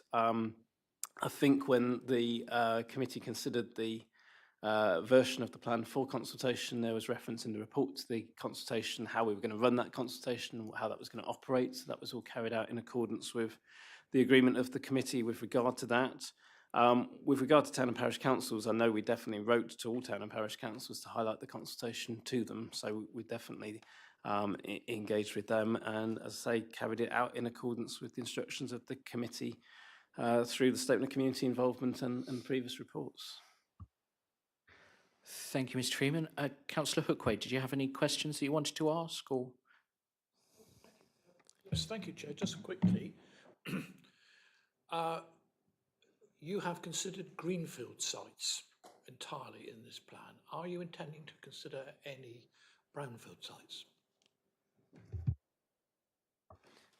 We have considered both brownfield and greenfield sites. There was an urban capacity assessment undertaken, which is part of the evidence of the plan that looks at potential opportunities for brownfield sites to come forward. The call for sites also called for both brownfield and greenfield sites. The problem we have and why the sites for allocation are quite heavily skewed towards greenfield sites, which I think is probably what you're alluding to, is that there are very few brownfield sites were put forward through those processes, and we don't have anywhere near the number of brownfield sites we'd like to have in order to redress that balance. As a district, we don't have a large heritage of old industrial sites or previously developed sites to be redeveloped, and so that leaves us largely with greenfield sites as our allocations, which is unfortunate, but is just a product of where we are as a district. But we have looked at brownfield opportunities and brought them forward where we can. Okay, thank you, Mr. Freeman. Committee members, questions? I saw Councillor Levine's hand some time ago, and then I will come down the table on my right with Councillors Bailey, Fernley and Young, and then other Bailey. Thank you, Chair. Numbers. I understand about the housing strategy that most residents would not like the housing number increase. Some public would, but have we got a magic wand with which we can produce 5,000 extra houses out of a hat? And my other question is, I've carried out an ugliness parade. I've looked at all the sites that we have considered and our people reacted on and discovered that on average, 22 people object to any given site. And that leaves 4 sites which are way out of that league. We've got Exmoor 20, we've got Honiton, we've got Fenniton, and we've got Wimpole. So my question to you is, A, why do you think more people have complained about those sites than others? And do you think we should revisit those sites? Thank you. The answer to the first question, Councillor Levine, is no. The second question, I'll come to Mr. Freeman. Yes, on the first question, I think I've previously said, I think meeting the new revised higher housing numbers would be extremely challenging for us as a district moving forward. I think I said that when I brought a report about those numbers at the time. So at the moment, I don't have a solution to how we would meet those additional housing numbers. So I think it's important to understand that and bear that in mind, that's not an easy thing to address. In terms of why more people object to some sites than others, I mean, some sites are more challenging than others, raise more issues than others. Some are in larger settlements locations where there are more people affected than others. So I don't think you can necessarily compare. So, for example, a site in Wimpole, for example, is only going to have a finite number of people objecting to it because there's only a finite number of people live in Wimpole that would be affected, whereas a site in Exmoor is likely to affect a much larger number of people, so it's likely to get more objections. So there are lots of different factors in that. I think it's difficult to draw conclusions, but I'm not by any means suggesting that we shouldn't have regard to the volume of objections to particular sites and take those comments seriously and reconsider those sites as appropriate. Within the limitations I've made clear in terms of what we can change and what we can't. So yeah, I mean, we need to consider those comments and reconsider our position. All I'm saying is, as part of that process, we need to be mindful of the consequences of revisiting those sites and changing those decisions if that's the view of the committee. But I'm here to advise you, it's for the committee to make those decisions. But I would suggest not today, because we need to fully consider the responses that we've received, the issues that are raised. But I'm keen to understand what particular points and issues or their particular sites you want us to look at again, so that when we bring further reports to you, we can advise you fully on the issues that have been raised, the case for reconsidering those sites and potentially revisiting that decision and what the consequences of that are, so that you can make informed decisions. I would be concerned if the committee started to make decisions about revisiting sites or changing sites today, because you don't have that report, you don't have that information in front of you, so you're not in a position to do that today, I would suggest. Thank you, Mr. Freeman. Question from me to you, Councillor Levine. You mentioned Exmo 20. Were there any other site references specifically where the number of objections was above average, or do you not have that to hand? Do you know which sites in Honiton, Fenniton, Wimpole? I mean, I can guess Wimpole.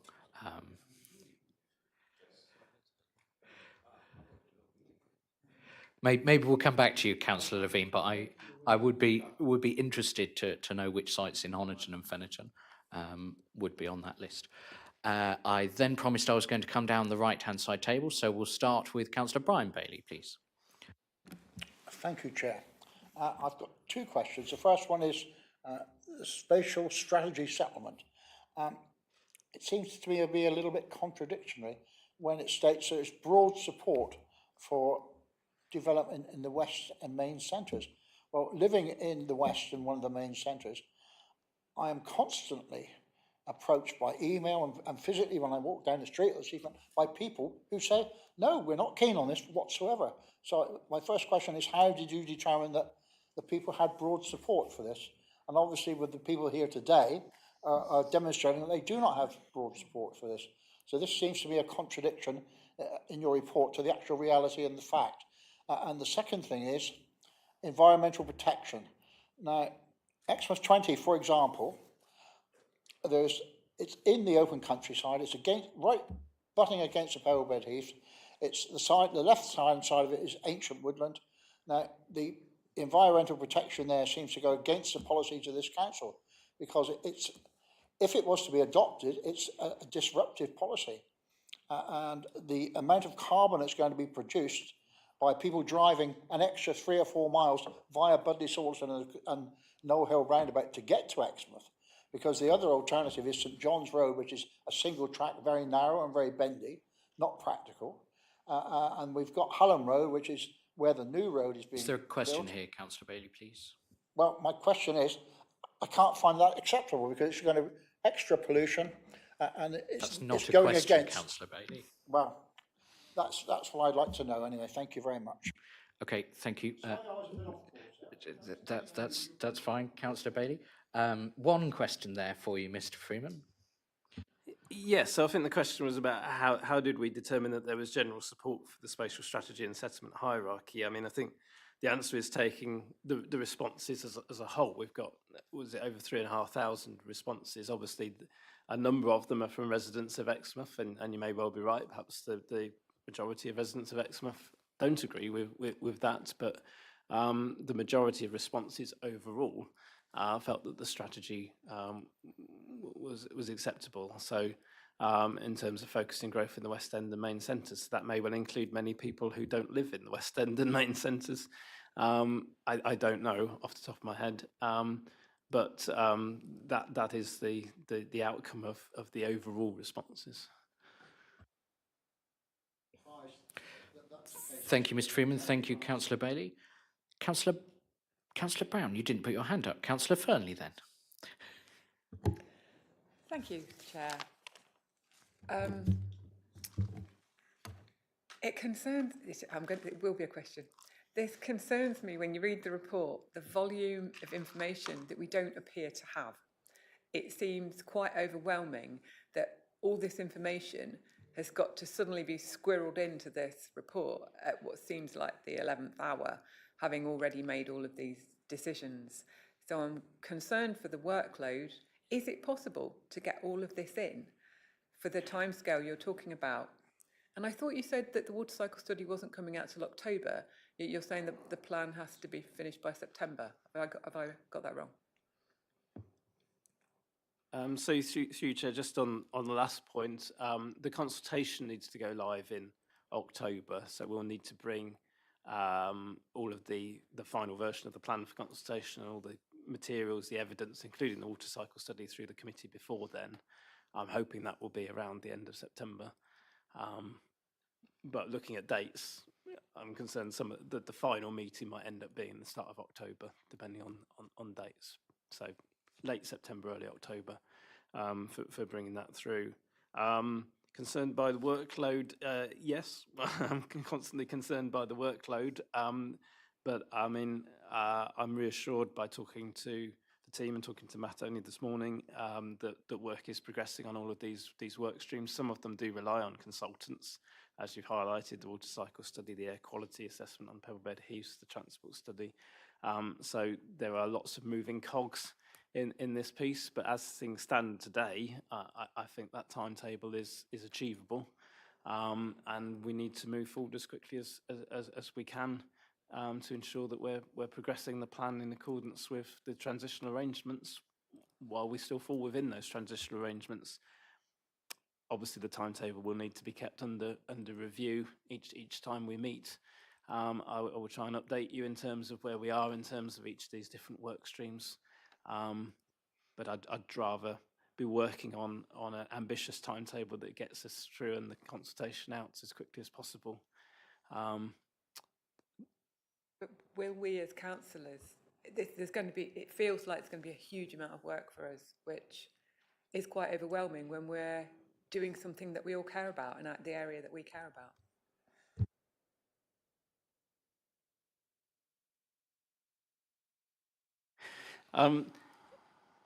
Yes, I mean, I think the discussions I've had so far with the chair and vice chair have been about potentially having the scheduled meeting. That I think the next scheduled meeting is early September. So to try and bring what we can to that meeting, and then potentially 2 further meetings towards the end of September or potentially into early October, to go through all of the information and the changes to the plan. So yes, I mean, I think we are going to be asking a lot of you as a committee in terms of your time through September and into early October to keep to that timetable. Look forward to some extra September meetings then, members. Councillor Young. That's unfortunate. I've got 3 weeks holiday in September. Can we expand a bit on the spatial strategy and settlement hierarchy, including what is the definition of the West End and the main centres? Because I think we're getting into a muddle there. And I don't understand under classification of certain settlements, e.g. Fennerton, and the underrepresentation of Exmouth's strategic role. Can you expand on those? We're not revisiting mapping the West End before Ed comes in on that one. We tried, we decided not to do it. We're not doing it again, Jeff. Mr. Freeman. Yes, I mean, in terms of the West End, yeah, I mean, it's a sort of not nominal area rather than a line on a plan. It always has been, and I think we concluded it's better left that way from previous discussions we've had. I mean, the main settlements, I think, I don't have them in front of me, but are defined in the plan and through the role and function of settlements document that was brought through the committee numerous times over the last couple of years. So that we purposefully brought that document through right at the start of this process because it's so fundamental to the strategy. So I would be concerned if members wanted to revisit that, because that turns the whole thing on its head in terms of the strategy and where we're going.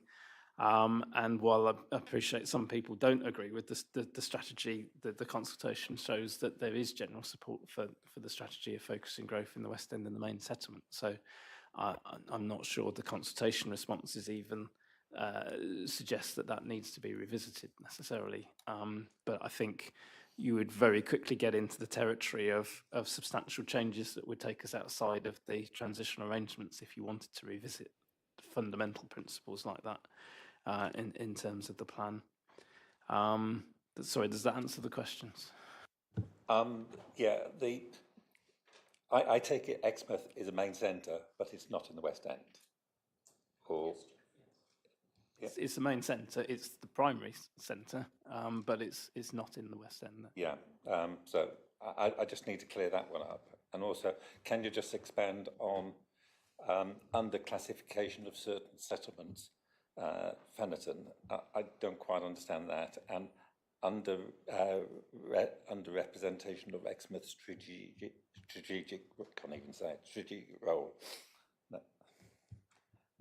Well, I think these are comments that have been made. I don't think we've underrepresented Exmouth's strategic role. I think when we went through the site assessments, we were trying to identify opportunities wherever possible to accommodate growth in Exmouth as by far our biggest town, but it is quite constrained, as you've already heard, in terms of the sites we have chosen, never mind the ones we haven't, both in terms of environmental constraints, but in particular, but also in terms of infrastructure and other constraints. So I think we tried to accommodate as much growth as we can at Exmouth, but I think some parties are saying we should have done more, perhaps not understanding those constraints and issues, I don't know. In terms of other settlements, I think the comments have arisen. I think Fennerton's noted there, you've heard public speakers mention Wimpole earlier. I mean, I think those particular settlements get picked up because they're on the railway line, and therefore in terms of public transport are perceived to be better served than a lot of other settlements of similar size, and therefore the suggestion is that they should have been treated higher in the settlement hierarchy. Having said that, the rail services to them both are are limited to some extent. It might be on the railway line, but how frequent is the service? How accessible is that to residents? Timing of that service has also been an issue. I know in Fennerton, in terms of commuting in and out of the city is not as easy as it might appear from some of those settlements because of the frequency and timing of the service. However, having said that, we did present at the Reg 18 stage quite early doors an option for strategic levels of growth in both of those settlements. You will recall, and asked specific questions about those as opportunities for more strategic growth, which were quite strongly objected to by both of those communities and ultimately wasn't taken forward by the committee. So I think we can show an inspector and through an examination process of the plan that we've been through a logical process of considering those settlements and their role through the role and settlement study and have explored options for more strategic levels of growth and found them not to be acceptable. Thank you, Mr. Freeman, for that comprehensive answer. Back down the other end of the table on my right, then Councillor Jess Bailey, then Councillor Davey, then Councillor Ledger. Thank you. My question is about the responses during the consultation, particularly from the statutory consultees. And it's not always clear to me in the report whether it's simply concerns that are being raised or whether it's more formally an objection, and whether there's a difference, because presumably if statutory consultees raise formal objections, we have to give more weight to that, and an inspector would give more weight to that. So it's just not quite clear to me from the report whether they're objections or concerns.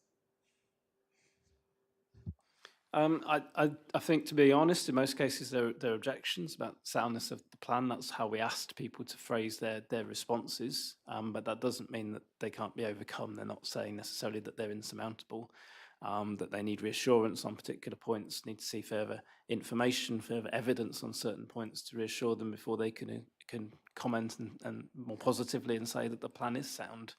The consultation solicited responses on, do you believe this policy is sound or not? So that's the basis upon which the comments have been made. Apologies if that's not clear from the report. Sorry, I don't think it is actually clear in the report. We can certainly pick that up before it gets published in the evidence base, can't we? Correct me if I'm wrong, but I think Councillor Just Bailey is referring to the officer report rather than in terms of where we summarise the statutory responses. But the intention would be to publish the actual letters we've received from those consultees online ultimately. So that will be clear. Okay, thank you, Mr. Freeman. Councillor Davey. Thank you. And first, I just want to say I found the report quite helpful, particularly the separation of the responses we'd had and what people were actually calling for, what kind of remedies, if you like, they'd suggested. And so I'm interested in how many of these are going to lead to some kind of review. One is the definition of employment. That one caught my eye. Because I thought that's quite interesting that they felt we'd focused too narrowly on, I think it was B3 types of employment, and we ought to be considering a wider range of employment when we look at employment land. So I was going to ask, are we going to review that? I think also the settlement boundary definition was felt to be somewhat vague and in need of clarity. Are we going to review that? And in response to the public speaker we had this morning, who made an interesting point about development within CCMAs, the coastal change management areas, to permit alterations and extensions perhaps and just restrict new development in those. As he pointed out, that could be at residents' own risk. You know, he made a valid point about that. So I wonder if those three areas we are planning at least to review. Through Chair, I mean, to a certain extent, I'm in the committee's hands as to which if there are particular issues that you want us to address. I mean, I think we obviously need to consider all of the comments and have some kind of response. I hope we will ultimately have a sort of, you said we've done sort of document that shows how we've responded to all of these points.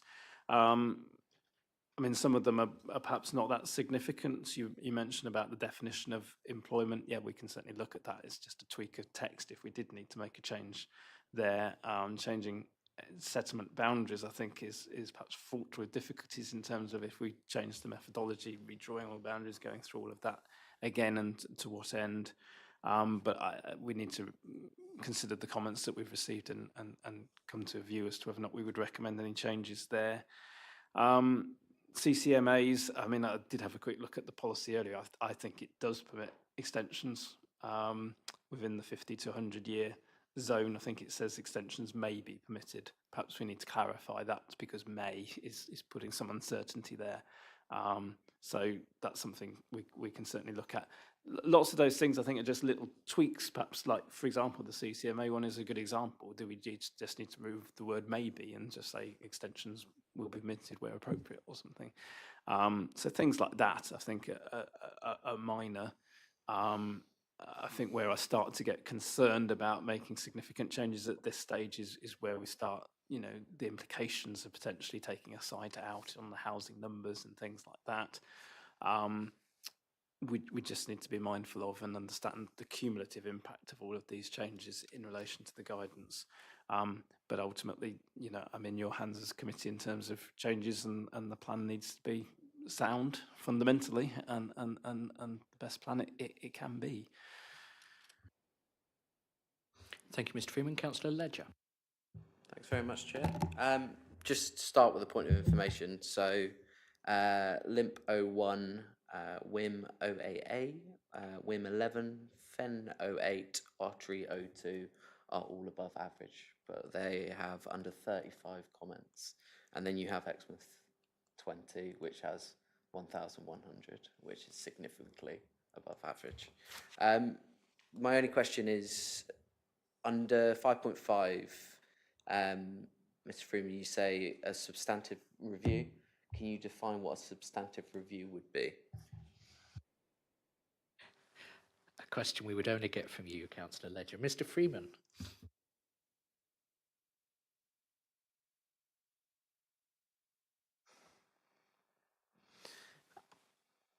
So the full sentence is, at this stage of plan making, it's not considered that substantive review of whether sites should be removed from the plan and not shown as allocations is appropriate. Well, I mean, I think, as I said a minute ago, to some extent it depends on the scale of the site as well, because if we were taking out, say, a site of only 10 houses, in terms of the housing numbers, it doesn't present a massive problem because we gave ourselves headroom. It's not ideal because we're obviously eating into that headroom, but we did give ourselves some headroom, so it's just reducing that. If we took out sites that were amounted to hundreds of homes, then, you know, we may now not have a headroom when I really think we should, further to previous discussions, at which point you then into potentially looking at, do you need to then find alternative sites? Those kind of levels of changes, I think, it would be quite a substantive review, and that's when you then, I start to then become concerned about the cumulative impact of those kinds of changes, alongside others that we might need to make in order to address the soundness issues that are being raised, to then submit the plan, and whether or not we're then butting up against the new guidance I mentioned in the planning practice guidance about two-stage regulation 19 consultations, and which date of consultation will be taken of us entering Reg 19 in terms of the statutory, the transition arrangement, sorry. So we just need to be mindful of that. I'm not saying you can't do it. Obviously you can. It's in your gift to make those changes, and if those changes lead to us falling out of the transitional arrangements, we would have to deal with the consequences of that. But the consequences are that the housing numbers would go up by about 25%, and we would have to revisit the site allocations on a much bigger scale than you were perhaps envisaging, to try and meet those additional numbers. And frankly, from the work we've done, I don't know where those additional sites would come from. So I have to caution you in terms of that kind of substantive review. But I think coming back to the recommendations within this report, if there are particular sites that members are now concerned about, given what you now know from the consultation responses, then highlight those. We can take those away and we can bring you a report assessing those concerns, the potential to make any changes and the implications of those changes, because fundamentally my role is to advise you and make sure you have the information to make informed decisions. And I can't do that today on the hoof, but if there are particular sites, then happy to take that away and bring back a report and advise you at a future meeting. Thank you, Mr. Freeman. Councillor Ledger, could you repeat that list more slowly, please? Limp 01, WIM 0AA, WIM 11, FEN 08, Ottery 02, and Exmouth 20. Okay. Exmouth 17, 115 responses? Must have missed that one. And are you sure it was Ottery 02 and not 20?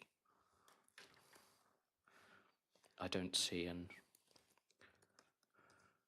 02 in the report.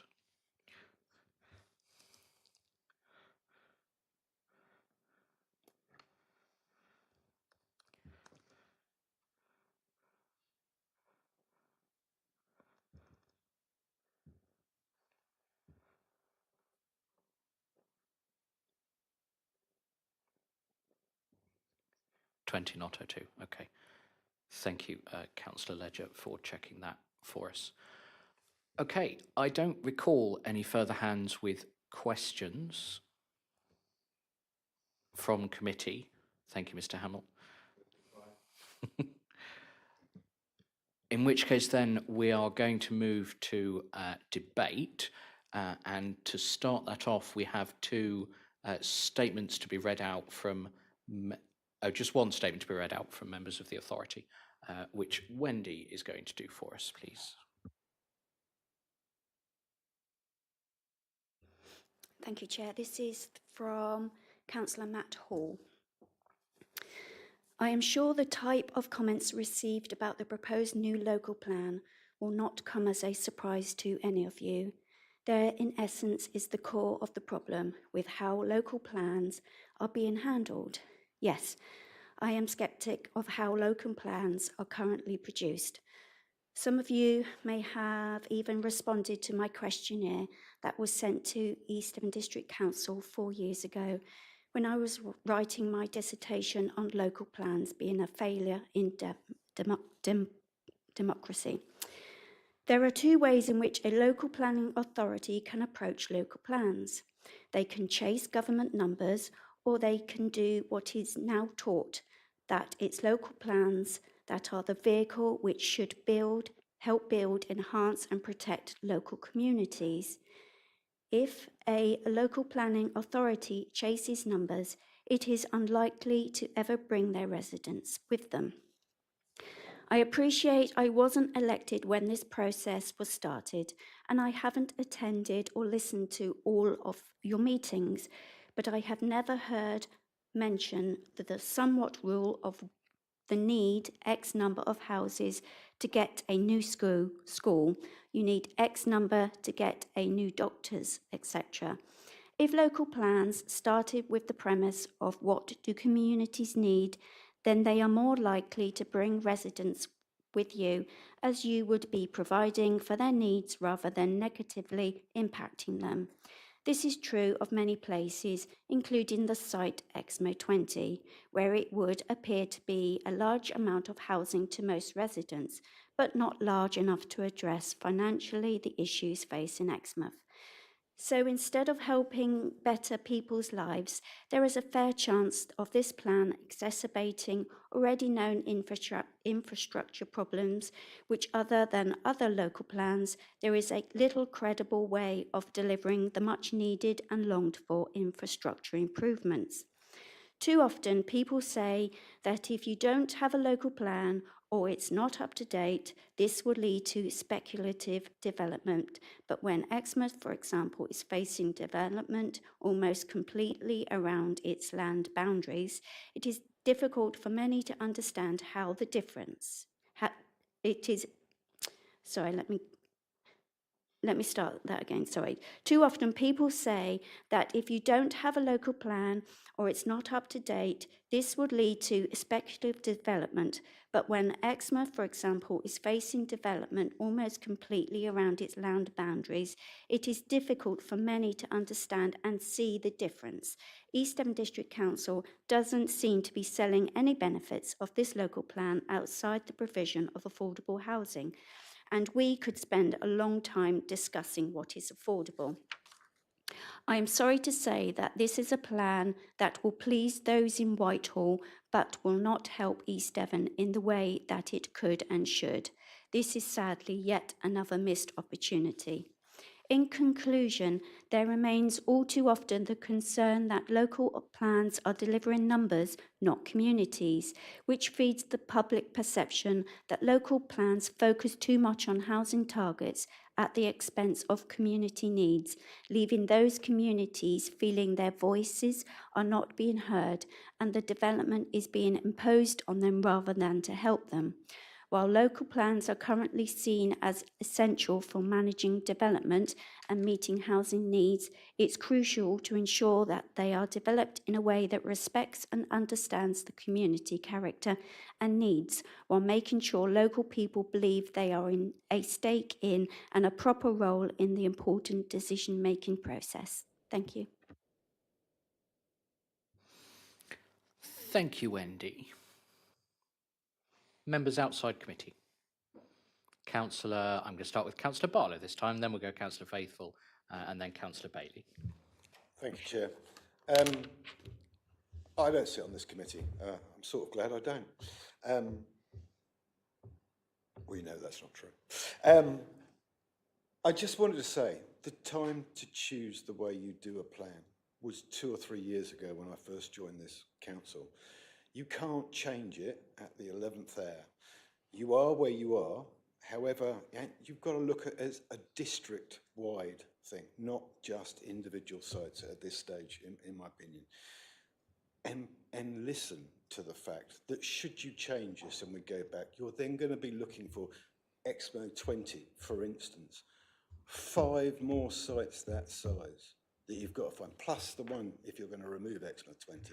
So please, I'm sure I don't need to tell you, bear in mind that sometimes you just have to stick with what you've got and you can't change it because you've left it too late at this stage. Thank you. Thank you, Councillor Barlow. I won't comment on whether or not that's true, but there we go. Councillor Faithful. Thank you, Chair. Just going back to the subject, but looking at the type of comments that were put across, it's quite clear to me that different groups of people or community or whatever you want to call them responded and replied to different sections of the consultation. And I really think it's really important that that is reflected in anything that we put across. It's quite clear that general residents in a community will focus on specific sites, whereas developers quite clearly focus on a much broader section. So, you know, I think that's how we get these sort of contradictory statements in our thing, because of the way it's come across. And I really think it's important that that is put across in anything that we put forward. Thank you, Chair. Thank you, Councillor Faithful. Councillor Aurora Bailey. Thank you, Chair. I'd like to declare that I'm a ward councillor for Exmo 20. Right. Thank you. Right. I'd like to thank everybody from the public coming and speaking this morning. I think that's very good. Thank you. And I would like to have it noted that I support all what they've said. There is so many things with Exmo 20, and it's all been said already, so I don't want to take up the time now. But I would just like to be noted that I support it as their ward member. Thank you, Chair. Thank you, Councillor Bailey. I saw Nick's hand first, so Councillor Hookway. Right, I better make some declarations first, Chair, if I may. I'm an Exmouth Town Council member representing Exmouth Litlam. I'm also of district, but I'm also a Devon County Council member representing the Exmouth and Budley Coastal Division. The thing that really concerns me, and I think I have to say I don't envy anybody trying to produce a local plan, because I think it is very inflexible. And I think at the moment, my thoughts are that the process of doing the plan is actually driving the plan rather than thinking about the need for the right housing in the right place. I absolutely agree with Councillor Hall's comments about respecting community character. And I think that in terms of Exmouth, Exmouth is a town that doesn't need Exmouth 20. What Exmouth needs is building in the existing location, providing houses that meet the needs of the people. And the community of the people is basically an aging community. At County this week, we were talking about how we were going to provide for support and care and support for elderly populations. And the main thing is keeping people in their own homes. Now, within Exmouth, I would suggest that we've actually got the wrong homes in the wrong place. We have a lot of care homes. Care homes are struggling, they're closing. People are asking for permission to convert those back to private dwellings. What I think we need to see is development of those places so that we have new, modern, energy efficient, accessible properties that people can need. We are seeing that happen in Exmouth, but only on a very small scale. So what I would like the committee to consider, please, really, is can we be a little bit more flexible in the way that we are doing? Because if we continue with the existing way of looking at it, the existing structure, we may provide a plan that is suitable for Westminster and civil servants, but is not suitable for the changing needs of our community for the future. And I really want to know is how we're going to design a plan that will do that. Thank you, Chair. Thank you, Councillor Hookway. Councillor Roy Collins. Thank you, Chair. I think the committee should be listening to the objectives and reject some of these sites and show some compassion to the people of East Devon. They clearly don't want some of these sites. The way we can get round it by getting more houses is to increase the density of the existing sites we've got. Some sites would be suitable for apartments and flats. You get an awful lot of people living there in those types of development. People don't want gardens and large areas of just wasteland. A lot of it's just wasted. You're not making very good use, I don't feel, of the land. The land should be, the density of houses could be increased. A third would make very little difference. Perhaps if you doubled it, it might be too much. But that's what I feel. We should be making better use. Thank you. Thank you, Councillor Collins. Coming into committee then, who wants to go first? I saw Jeff out of the corner of my eye. Sorry, Ollie. Councillor Ewing. Yeah, we're being asked to identify any areas where they would like officer advice on potential changes to the plan that are not already being considered in the work programme. I've got a list here of what I would like, and some have already been discussed. CCMA is one area I would like to have more discussions on or some study on. Water quality and the issues with South West Water is possibly my number one priority. Exmouth development, it's a very hard choice with choosing developments in Exmouth. It's surrounded by water on two sides, SSI on another side, and other villages that would be swallowed up by Exmouth if it goes the other way. So very hard choices in Exmouth. And Exmouth councillors are saying, look at development within the town. I know we've looked at it, and we have got tricky issues with Exmouth because the town centre is in flood zone. Various other issues with Exmouth as well. So very difficult choices there. Duty to cooperate with other councils are saying, please give us some sites for development. We perform with providing more housing than pretty well anywhere in the southwest. I think our percentage is over a 10-year period was 13%, and anywhere else around here was 6%. So we're performing double to all the other areas. So we need to highlight the duty to cooperate and ensure that we do cooperate, but that they need to understand our difficulties in providing development. And that's it. And that's it. Yes, thank you, Councillor Young. Councillor Davey. Thank you, Chair. I'll do a couple of soft points first, then I'll come to the elephant in the room.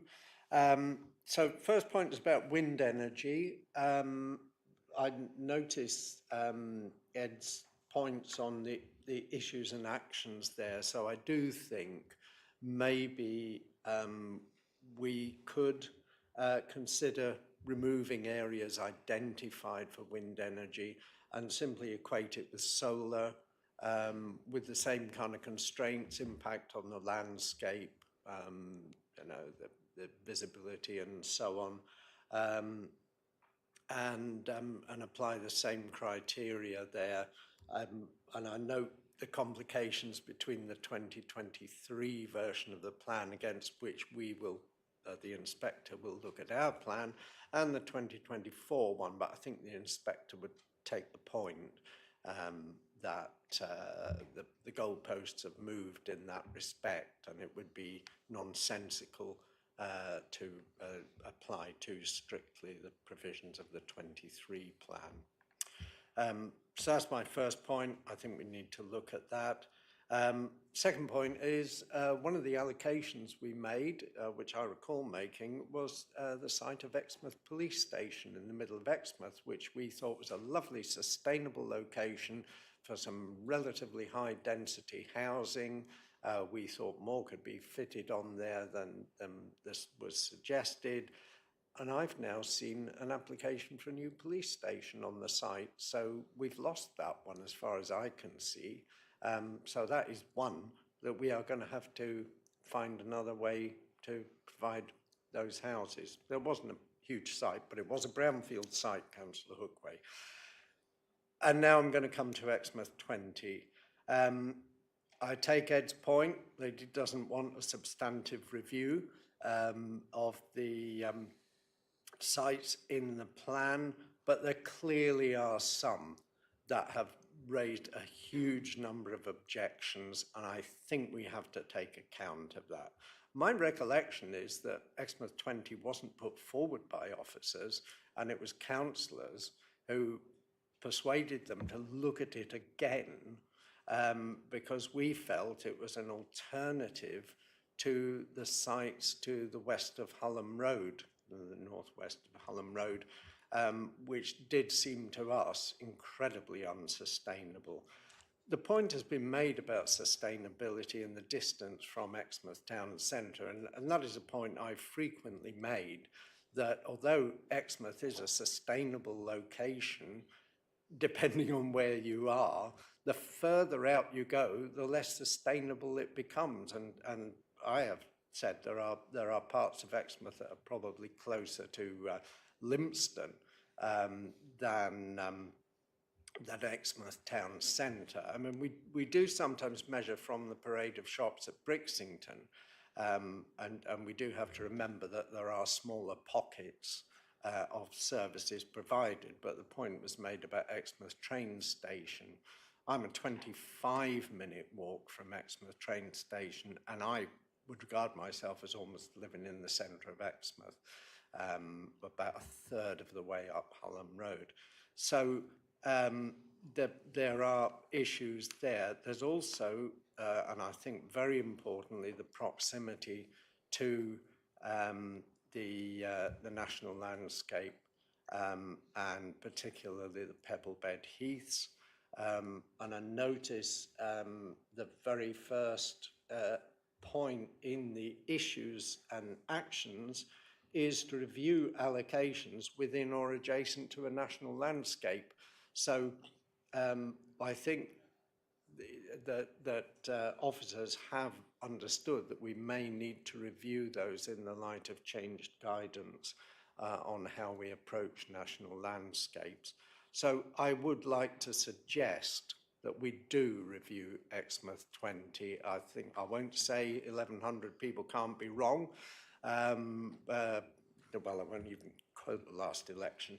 But I would say, if we don't do it now, when are we going to do it? And it might be better to just bite the bullet and do it now.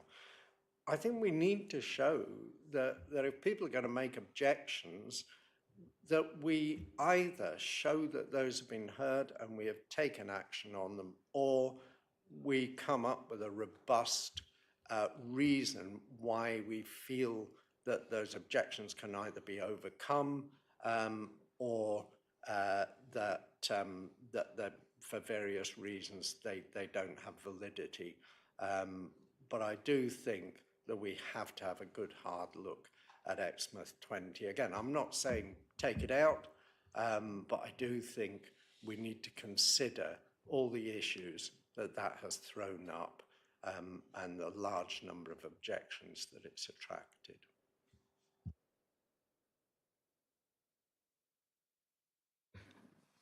I'm going to jump the queue slightly, as it's my prerogative to do as the chair, because this issue is going to come up sooner or later, and I, like I imagine many members of the committee, have spent a great deal of time thinking about Exmouth 20, among others, far more than, frankly, I ever wanted to, given that I didn't vote for it in the goddamn first place. And a number of members of this committee did, who are now saying that they want to talk about taking it out. I think Mr. Freeman's probably sitting to my left quietly thinking, I told you so, in relation to that site specifically. I want to highlight a number of Councillor Levine's numbers as we're talking about Exmouth 20 as statements of fact more than a reflection of my view, because quite frankly, I'm not sure what my view on Exmouth 20 is. Exmouth currently has allocated 1,455 homes in the plan as it stands today. That's compared to about 15,000 that are in the settlement today, according to the 2021 census, which means it's getting a growth rate, as things stand, of about 10%. Not huge, not tiny. Exmouth 20 is 700 homes. It's nearly half of that entire allocation. If we take Exmouth 20 out, Exmouth is growing by 5%, which is, and I will admit I haven't looked at all of the numbers in extreme detail, but that's got to be less than pretty much every other settlement in the settlement hierarchy. It's less than my own home in Wimple with 83 against 500 existing houses. That's nearly 20%, 4 times higher for a settlement that's got 500 homes, 30 times less than Exmouth. If we're talking about volume of consultation responses, again, using census data, the number of responses to the Exmouth site is about 3.1% of the population. It's not altogether dissimilar to the 1.8% of the population in Wimple that objected to those sites. And I'm citing Wimple as the example because that's my ward. But this applies to lots of other places in East Devon as well. The comparison holds. if we're talking about reviewing Exmouth 20, I don't think we can in good faith only review Exmouth 20. Yes, I will accept it. It has its own problems. Yes, I will accept it's of an order of magnitude larger than some of the other sites that maybe we put into that same box, perhaps those that Councillor Ledger listed earlier. But if committee seriously wants to look at what the case for keeping or booting Exmouth 20 is, I don't think it's a sound decision for us to only look at Exmouth 20. I think we need to look at the other sites that have that same level of objection. That would be my view. There we go. Having made that provocation, I'm now going to go back to the list of speakers that I had, and I have Councillors Hayward, then Ledger, then Jess Bailey. Thank you, Chair. Last week, I had the pleasure of listening to Angela Rayner, and the previous government had some insane housing targets. This new government has some insane housing targets, and she says there's no excuses, direct quote, no excuses not to deliver 1.5 million homes. So everyone dwell on that, no excuses. So we in East Devon find ourselves of a beautiful rural district, most of which is covered in AUNB, SSSIs, Pebblebed Heath. You can't build in the sea. So it constrains where you can build.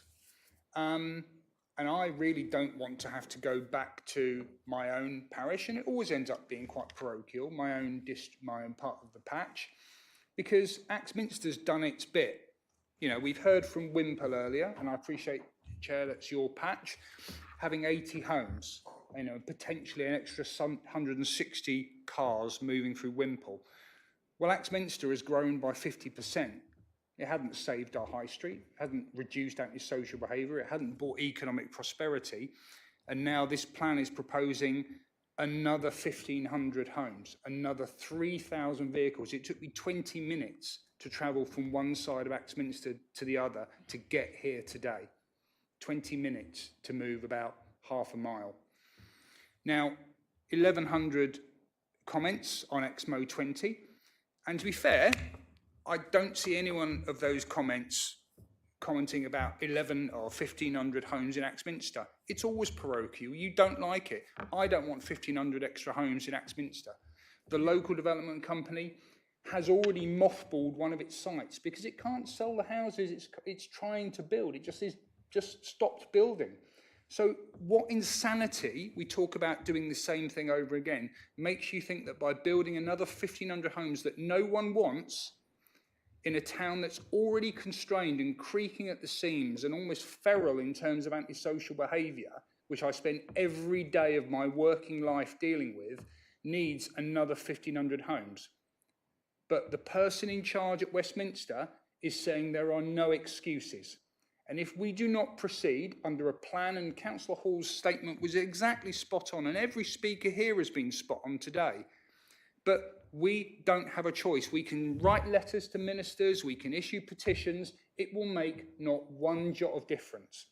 The national government has decided this is how you do a local plan, these are the numbers you want. Now, at the moment, we have this transitionary benefit, advantage, but if we don't take advantage of that, as Councillor Levine says, we have an extra 5,200 houses to find. So Exmo 20, you were going to get 800. Well, congratulations, you've now got to find 1,000. We'll just build apartments and go higher. This is the reality. No one on this committee likes making this decision. We knew this was coming. And when we do this, there will be another cycle after this and another cycle. It's perpetual. So we need some degree of pragmatism. None of us want to cover East Devon, fields, beautiful landscapes in houses. But this committee has an obligation and a duty. So I believe taking sites out, I would love each of those 1,200 people, 1,100 people to write on a postcard to me, my address is on the website, tell me where else you want to build them. And then allow me to write to every person in that area and say, guess what, 1,100 people want you to have the houses because they don't want it on their patch. They've got to be built somewhere. That's the reality. And we will go round in circles, taking bits out, putting bits back in. But if you take out Exmo 20 and 1,100 people think we should, then I'll attest, take all of Axminster's 1,500 out too, and then find where we're going to put another 2,300. And by the time we work that out, it will be 7,500 we need to find. And this is just a personal statement. It's not meant to be contentious, but it is contentious. This is the reality. And Chair, you know it. Everyone in this room knows it. So we just need to find a solution because the alternative is not palatable. Thank you. Thank you, Councillor Hayward. To add some more colour to that, I asked AI to summarise the AI report and tell me which of these sites people had specifically asked to be taken out of the plan. So i.e. there was a consultation response saying, we want you to take this site out of the plan. That came to 31 of the 72 sites in the plan had a comment to that effect, which comes to nearly 3,000 houses if we just blanket took all of those out. Then if you add Councillor Hayward's 1,500 in Axminster, you know, I'm sure we could find some other sites that maybe implied that they wanted it to be taken out rather than directly said it. We'd be gutting the plan if we took all of them out, certainly. Who's next? Councillor Ledger.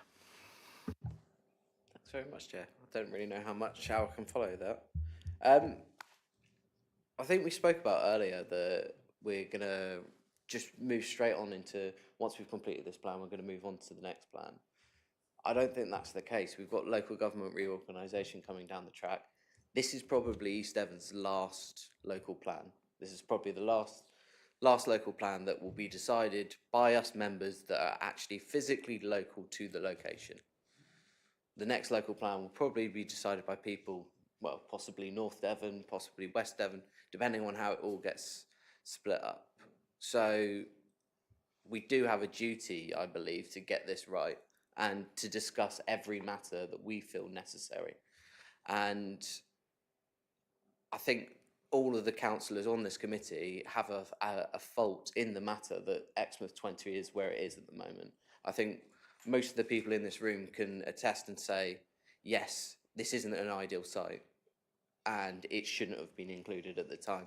The officers themselves said it shouldn't be included. We as members have made that decision to push forward, and we have to be accountable to the members of the public that are coming here so animated today and making completely valid points that we're in this position. Now, I would like to see Mr. Freeman come back with extra detail on options available to this committee to get us out of this mess, and whether there are anything that we can do without pushing it to the fact that we will be then going into these additional housing numbers that we then have to take on in the transitional arrangements. But I think we all need to take it on our heads that this is our own faults, that it's in this position right now.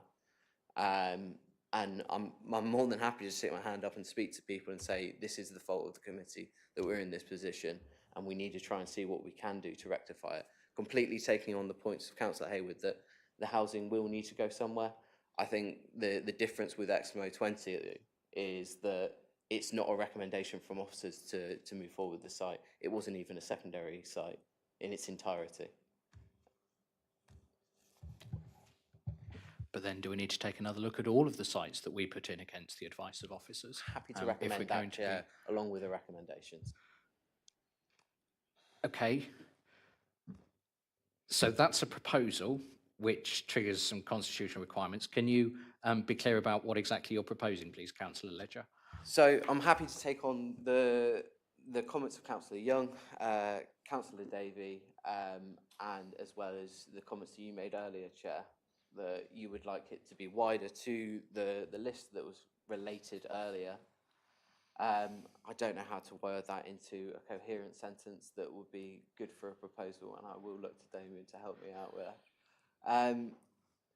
But I think we do need to have a report come back, and that's the steer that we're giving to Mr. Freeman, that we want to look at the areas listed earlier, as well as the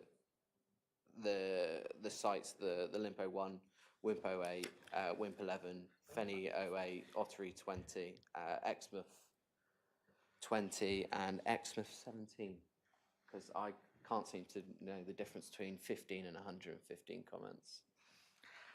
Okay, thank you, Councillor Ledger. So I see there are hands, I acknowledge there are hands. I have to bottom out what Councillor Ledger is proposing and seek a seconder before I can come to people to comment on it, because that's what the Constitution says. So if I'm understanding what you've said correctly, Councillor Ledger, you want the paper that comes back in the September meeting to look at CCMAs, the water cycle study, which will come anyway. People might have to help me out here with exactly what Councillors Young and Davies said. The duty to cooperate issues, wind power, wind energy, yep. I think that was possibly everything from Councillors Young and Davies. And then in terms of the sites that you want officers to look at the case for taking out, do you want that to be, because initially you said all of the sites that we put in against officers' recommendation, and then we came back to the number that have an above average level of objection.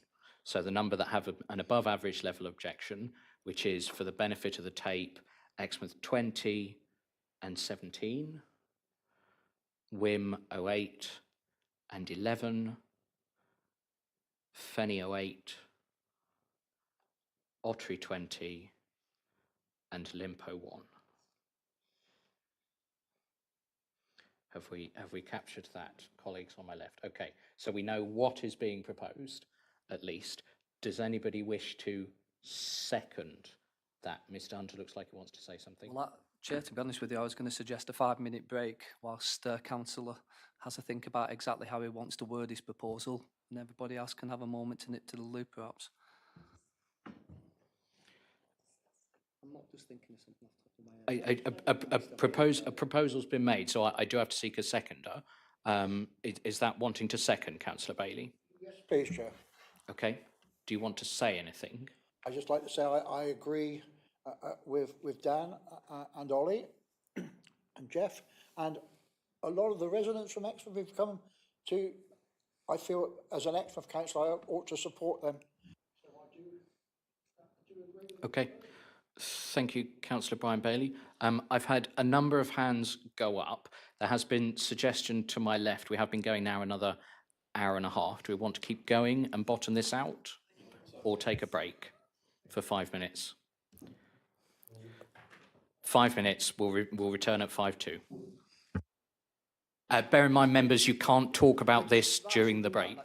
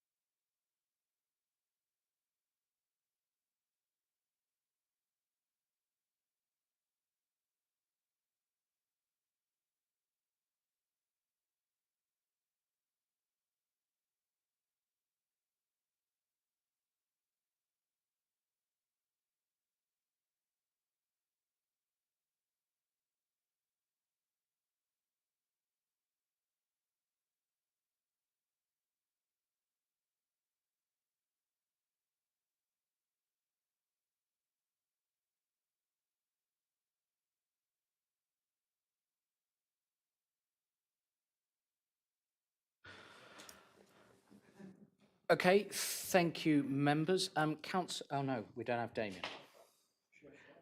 We do now have Damien.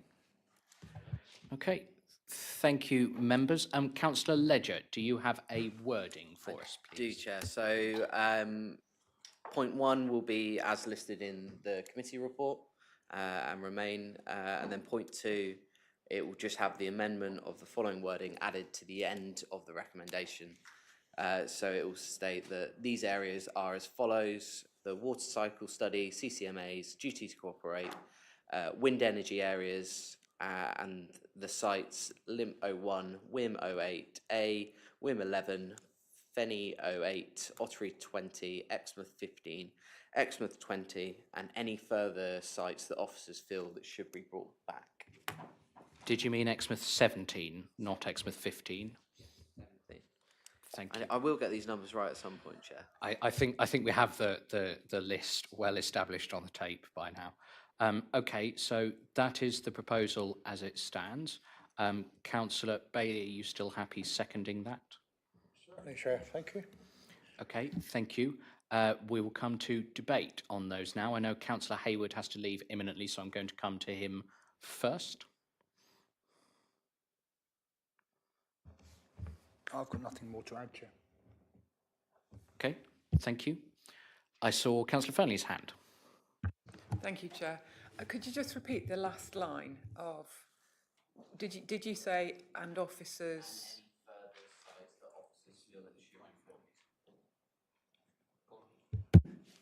And any further sites that officers feel should be brought back.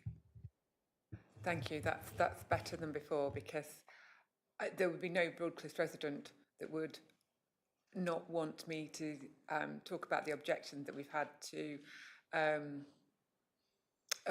site number 12 in Broadcliffe, with over the size of the village will be increased by about a third by the amount of housing that has been allocated to Broadcliffe.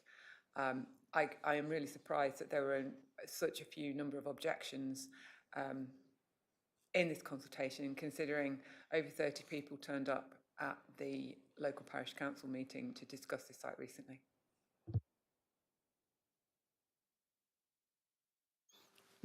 Does anybody else wish to speak on this proposal? Councillor Davey. I just wonder if we should suggest, if we're reviewing those sites, we also need to look at alternatives, don't we? So that if those sites are taken out or reduced or something done, that we have some alternatives to consider. Because I wasn't suggesting that we simply remove Exmouth 20, so Exmouth only has a 5% expansion.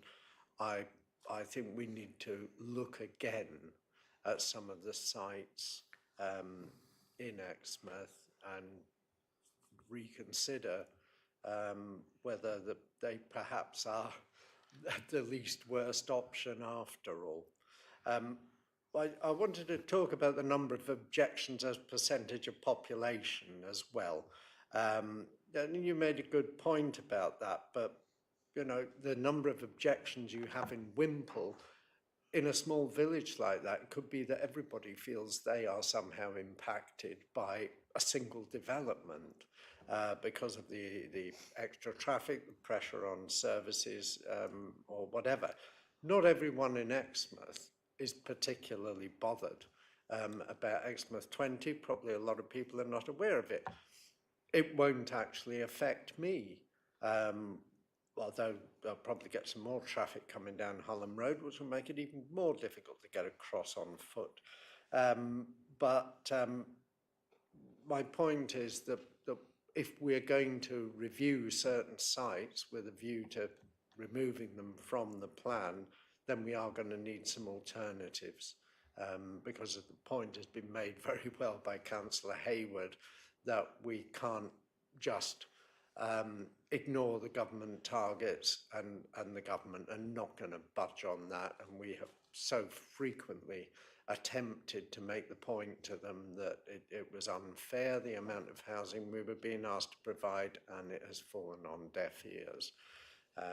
So I think we would would have to have some alternatives up our sleeve. I'm going to come to Mr. Freeman to comment on that because I suspect he might have something to say. Well, no, I agree with Councillor Davey. You can't. I don't think it would be appropriate for me to bring a report that considered the case for potentially removing any sites without also considering the implications of doing so, both in terms of, the housing numbers. What happens if you remove this site in terms of our housing numbers? Do you then need to make alternative provision? What are those alternative sites, and what's the case for then overturning your previous decision not to include them and then to include them now? And what are the implications in terms of the process of doing that, and also complying with the planning practice guidance in terms of this change, in terms of the Regulation 19 two-stage approach, and complying with the transitional arrangement. So there's a lot of different components to that report. So I think you're quite right. It can't just be a report that says this is the case for removing or not removing these sites. It has to go on and consider the implications of doing so. Whether you want to include that in the resolution or are happy to just trust that I understand that that's what's needed and will ensure that that's what the report covers, I'll leave to the committee. Thank you, Mr. Freeman. I have noted the two hands to my right, but somebody who has not spoken yet today has indicated they wish to do so. Councillor Blakey. Thank you, Chair.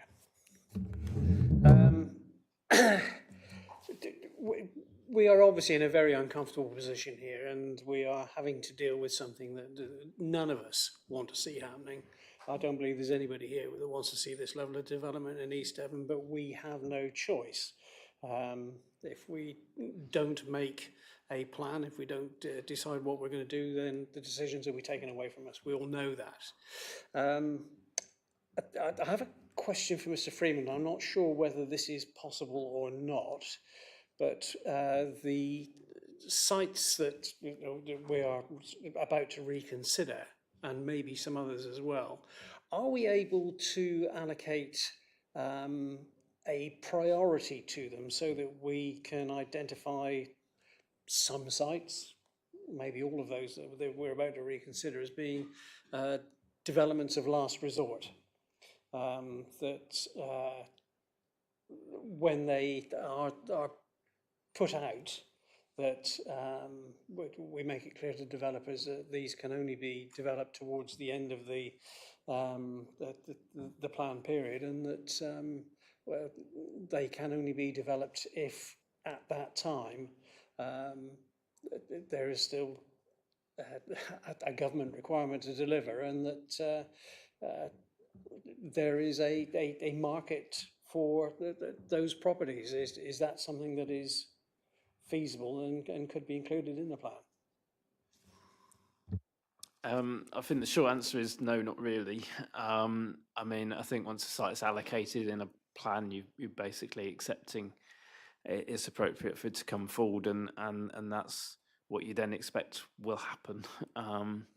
And in terms of our, we obviously need to map all of this out in terms of our housing trajectories to show that we'll have adequate supply. So, putting them in and then sort of punting them as a maybe for some time towards the tail end of the plan kind of doesn't help with all of those trajectories of sort of plotting out when houses will come forward and showing that we've got adequate supply coming forward. I have seen circumstances where us and others have put in what are called sort of a reserve site, but generally they're sort of sites that are in excess of your housing numbers, and then it's a sort of, because a particular site has an issue that means it may not come forward, you sort of put in an alternate, but it's not good practice, I would suggest, and I don't think it would be appropriate in this circumstance. So essentially a long-winded answer to say no, I'm afraid.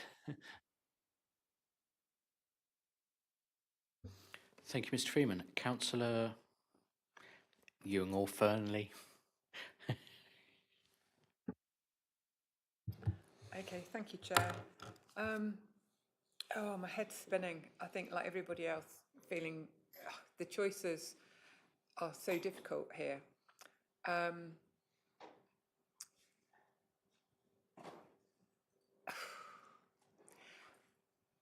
Roy Collins spoke earlier about higher density developments.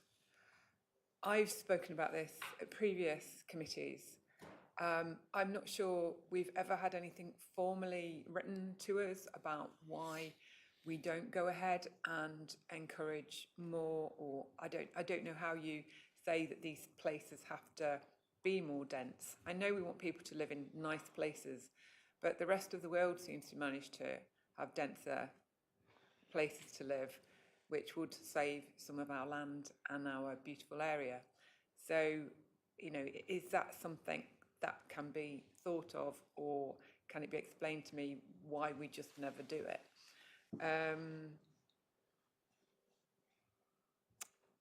Going back to Matt Hall's statement, these developments that are of a decent size, sort of Exmo 20s, was it 700?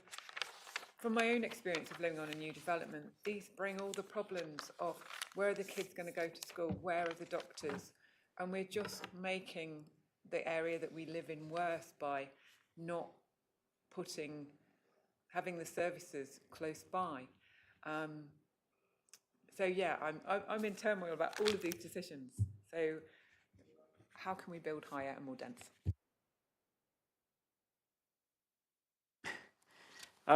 So the first thing to say is, in terms of the sites for allocation, I think we took away an action from a previous meeting about revisiting the densities and the quantum of development each site was accommodating and trying to maximise what we thought they could accommodate. So we have been through that process, and we can review that again as part of this exercise before we get to the final version of the plan. So we will try and make sure that we are maximising what we can realistically get on all of the sites that we're allocating. But in terms of a more fundamental shift to higher density development, potentially, you know, taller buildings, more apartments, there are difficulties, I think, both in terms of reflecting the character of our existing settlements, which don't generally have that character, but also in terms of the market in the area. So my understanding is, you know, the market for apartments in East Devon is very limited, and fundamentally limited to fairly high-end apartments on seafronts and estuary frontages, such as the Exmouth Docks development, which was raised from me earlier. Obviously, very successful development, and they all sold. But they're quite high-end apartments with fantastic views. Wouldn't create that sort of environment in a lot of our inland towns, for example, and create that kind of market that they managed to create there. And I would suggest, and I don't think I'm giving away any clues, that development did not meet local need at all. I don't think any of those apartments were affordable to local people. A lot of them, I suspect, are second homes or owned by people who have moved down here from elsewhere. So while I can see that might be achieving objectives in terms of high density development, it's not meeting local needs, which is another thing I regularly hear the committee asking for: housing that's meeting the needs of local people. So it's balancing those issues, but fundamentally, I don't think the market would deliver apartments in a lot of the district. We are exploring, in terms of the second new community, about how we can create a sort of environment, particularly around the town centre, that we're looking to create there, and potentially neighbourhood centres, where we can create a market for higher density development, whether that's apartments, or you do see some models of really innovative high density housing where they're sort of in blocks of sort of 4 homes with roof gardens and things like this. So we are looking at things like that, but I think those radical solutions are going to be limited to somewhere like a new community, where we're creating a housing market of its own, and create an environment and a climate where those kind of properties would be attractive to the market to deliver, or potentially in the case of a new community, where we, or as a master developer, are appointing parties to deliver that kind of housing. But the market that's out there at the moment, I don't think would deliver that kind of product in our existing towns and settlements. And so it becomes a pointless exercise in then allocating sites and then saying that's what it needs to be, because that's not what will come forward. Okay, thank you. If I could just gently nudge committee back towards the proposal that's been put in front of us. I've got, again, I'm afraid, Jeff, you've been superseded because somebody who hasn't yet said anything has put their hand up. So, Councillor Brown, you have stolen Jeff's thunder. Please use it wisely. Couldn't we relook at the villages or towns who have asked for planning permission and we've refused it? I mean, there's 2 villages in my area that come to mind, where we have lost appeals, where we've lost appeals for houses and they've been granted, but we've turned them down because they want sort of 20 properties built there. Is there any chance of re-looking at them, because they do want development? We have already looked again at those, Colin. Councillor Howe. I'm just getting worried about this conversation and partly this motion, which is driving us further and further away from having a Regulation 19 consultation and driving us to more houses on a yearly basis. An extra 200 homes per year we are going to have to find if we are not careful about what we're doing. You know, that almost certainly would put Exmouth 20 back in the fray, even if we ruled it out now and did something else. It would almost certainly have to come back next time if we have that higher number, because there is almost nowhere in East Devon that is not suitable, or correction, suitable to take this. So we need to be really careful and mindful of what we're doing. And a lot of the answers, a lot of the statutory consultees, when the reports come back, will include that information we need to make a sensible decision on Exmouth 20. Because that'll be the information we need then. I'm not entirely sure we're going to get the information now, and it worries me a great deal. And that's not to say I like Exmouth 20 in any shape or form. It shouldn't have been there, that's a different matter, but nevertheless. Councillor Ledger, do you need us to stop for 30 seconds just so you can...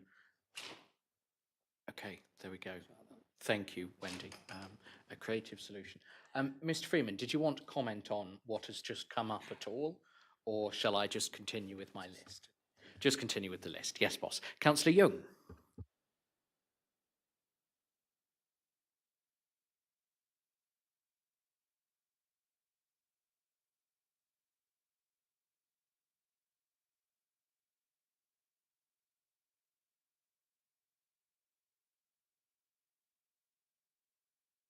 Sorry, there could be a change in density,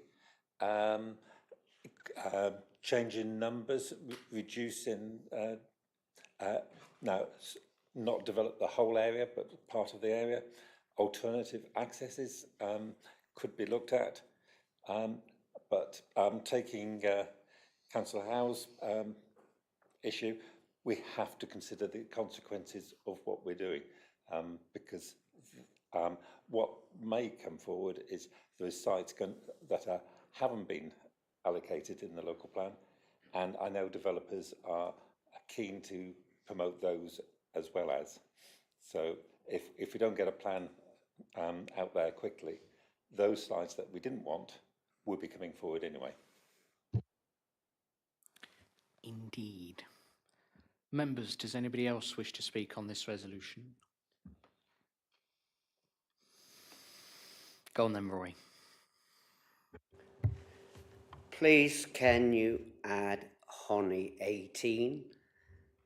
Because it never went through any process before Regulation 19, never discussed any sense, and the Town Council never were able to put a view in.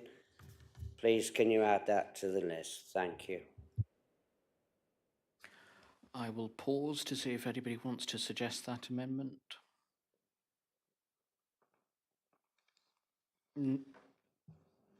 Chair, I think that the recommendation being made does make that if officers feel that that needs to come back, that it's able to. Okay. I'm not seeing any further speakers, which says to me that members are happy to move to a vote on the proposals that have been put forward.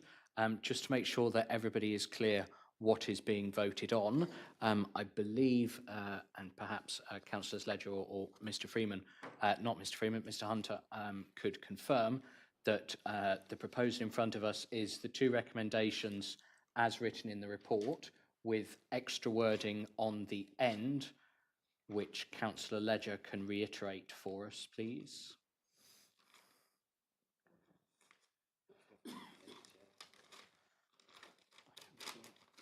Or Mr Freeman can reiterate it for us. If it helps, so my understanding is the addition is that officers bring a report that addresses the coastal CCMAs, the water cycle study, duty to cooperate, the wind energy areas, and the sites known as EXMO 20, EXMO 17, WIM 08, WIM 11, FENI 08, Ottery 20, and LIMP 01, and any further sites that officers feel need to be revisited. Is everybody clear what they are voting on? Okay.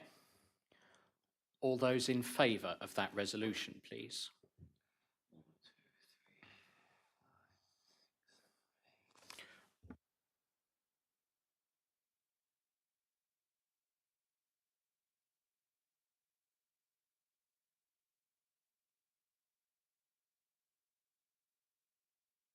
That's 9 in favour. For the benefit of the tape, we turn the mics off just so members watching, folks watching at home could see the hands raised. Those abstaining, please. Oh, sorry, against first, please. For the benefit of the tape, there's no hands in the air, and those abstaining.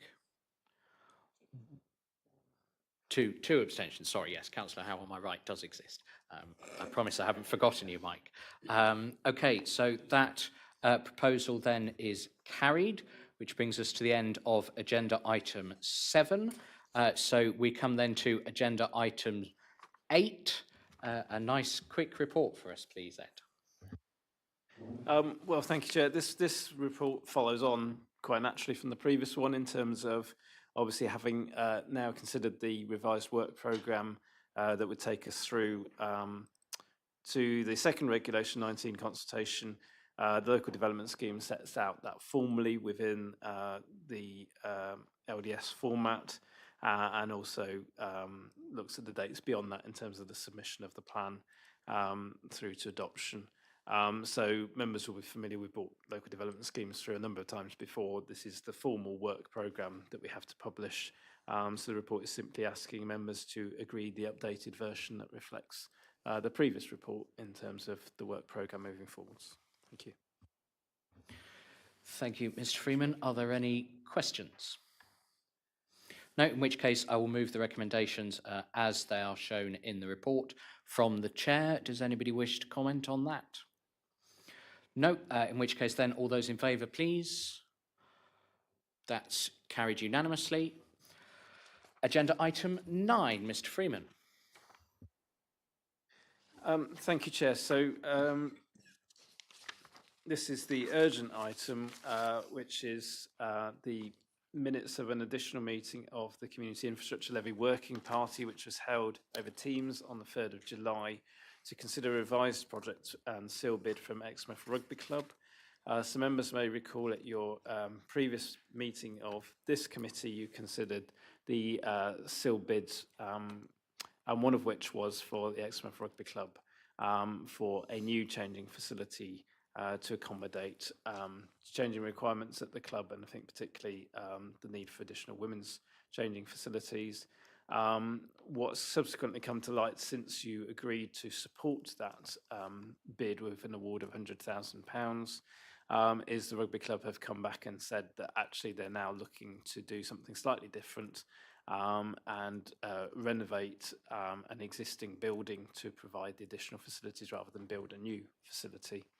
And so the working party was reconvened to consider that bid, that changed bid, as it were, and you have the minutes of that discussion. I think the primary issue was whether or not they should still be awarded the full £100,000, given that the overall cost of the project is now reduced, so that now makes up a larger proportion of the overall spend on the project, or whether or not it should be reduced.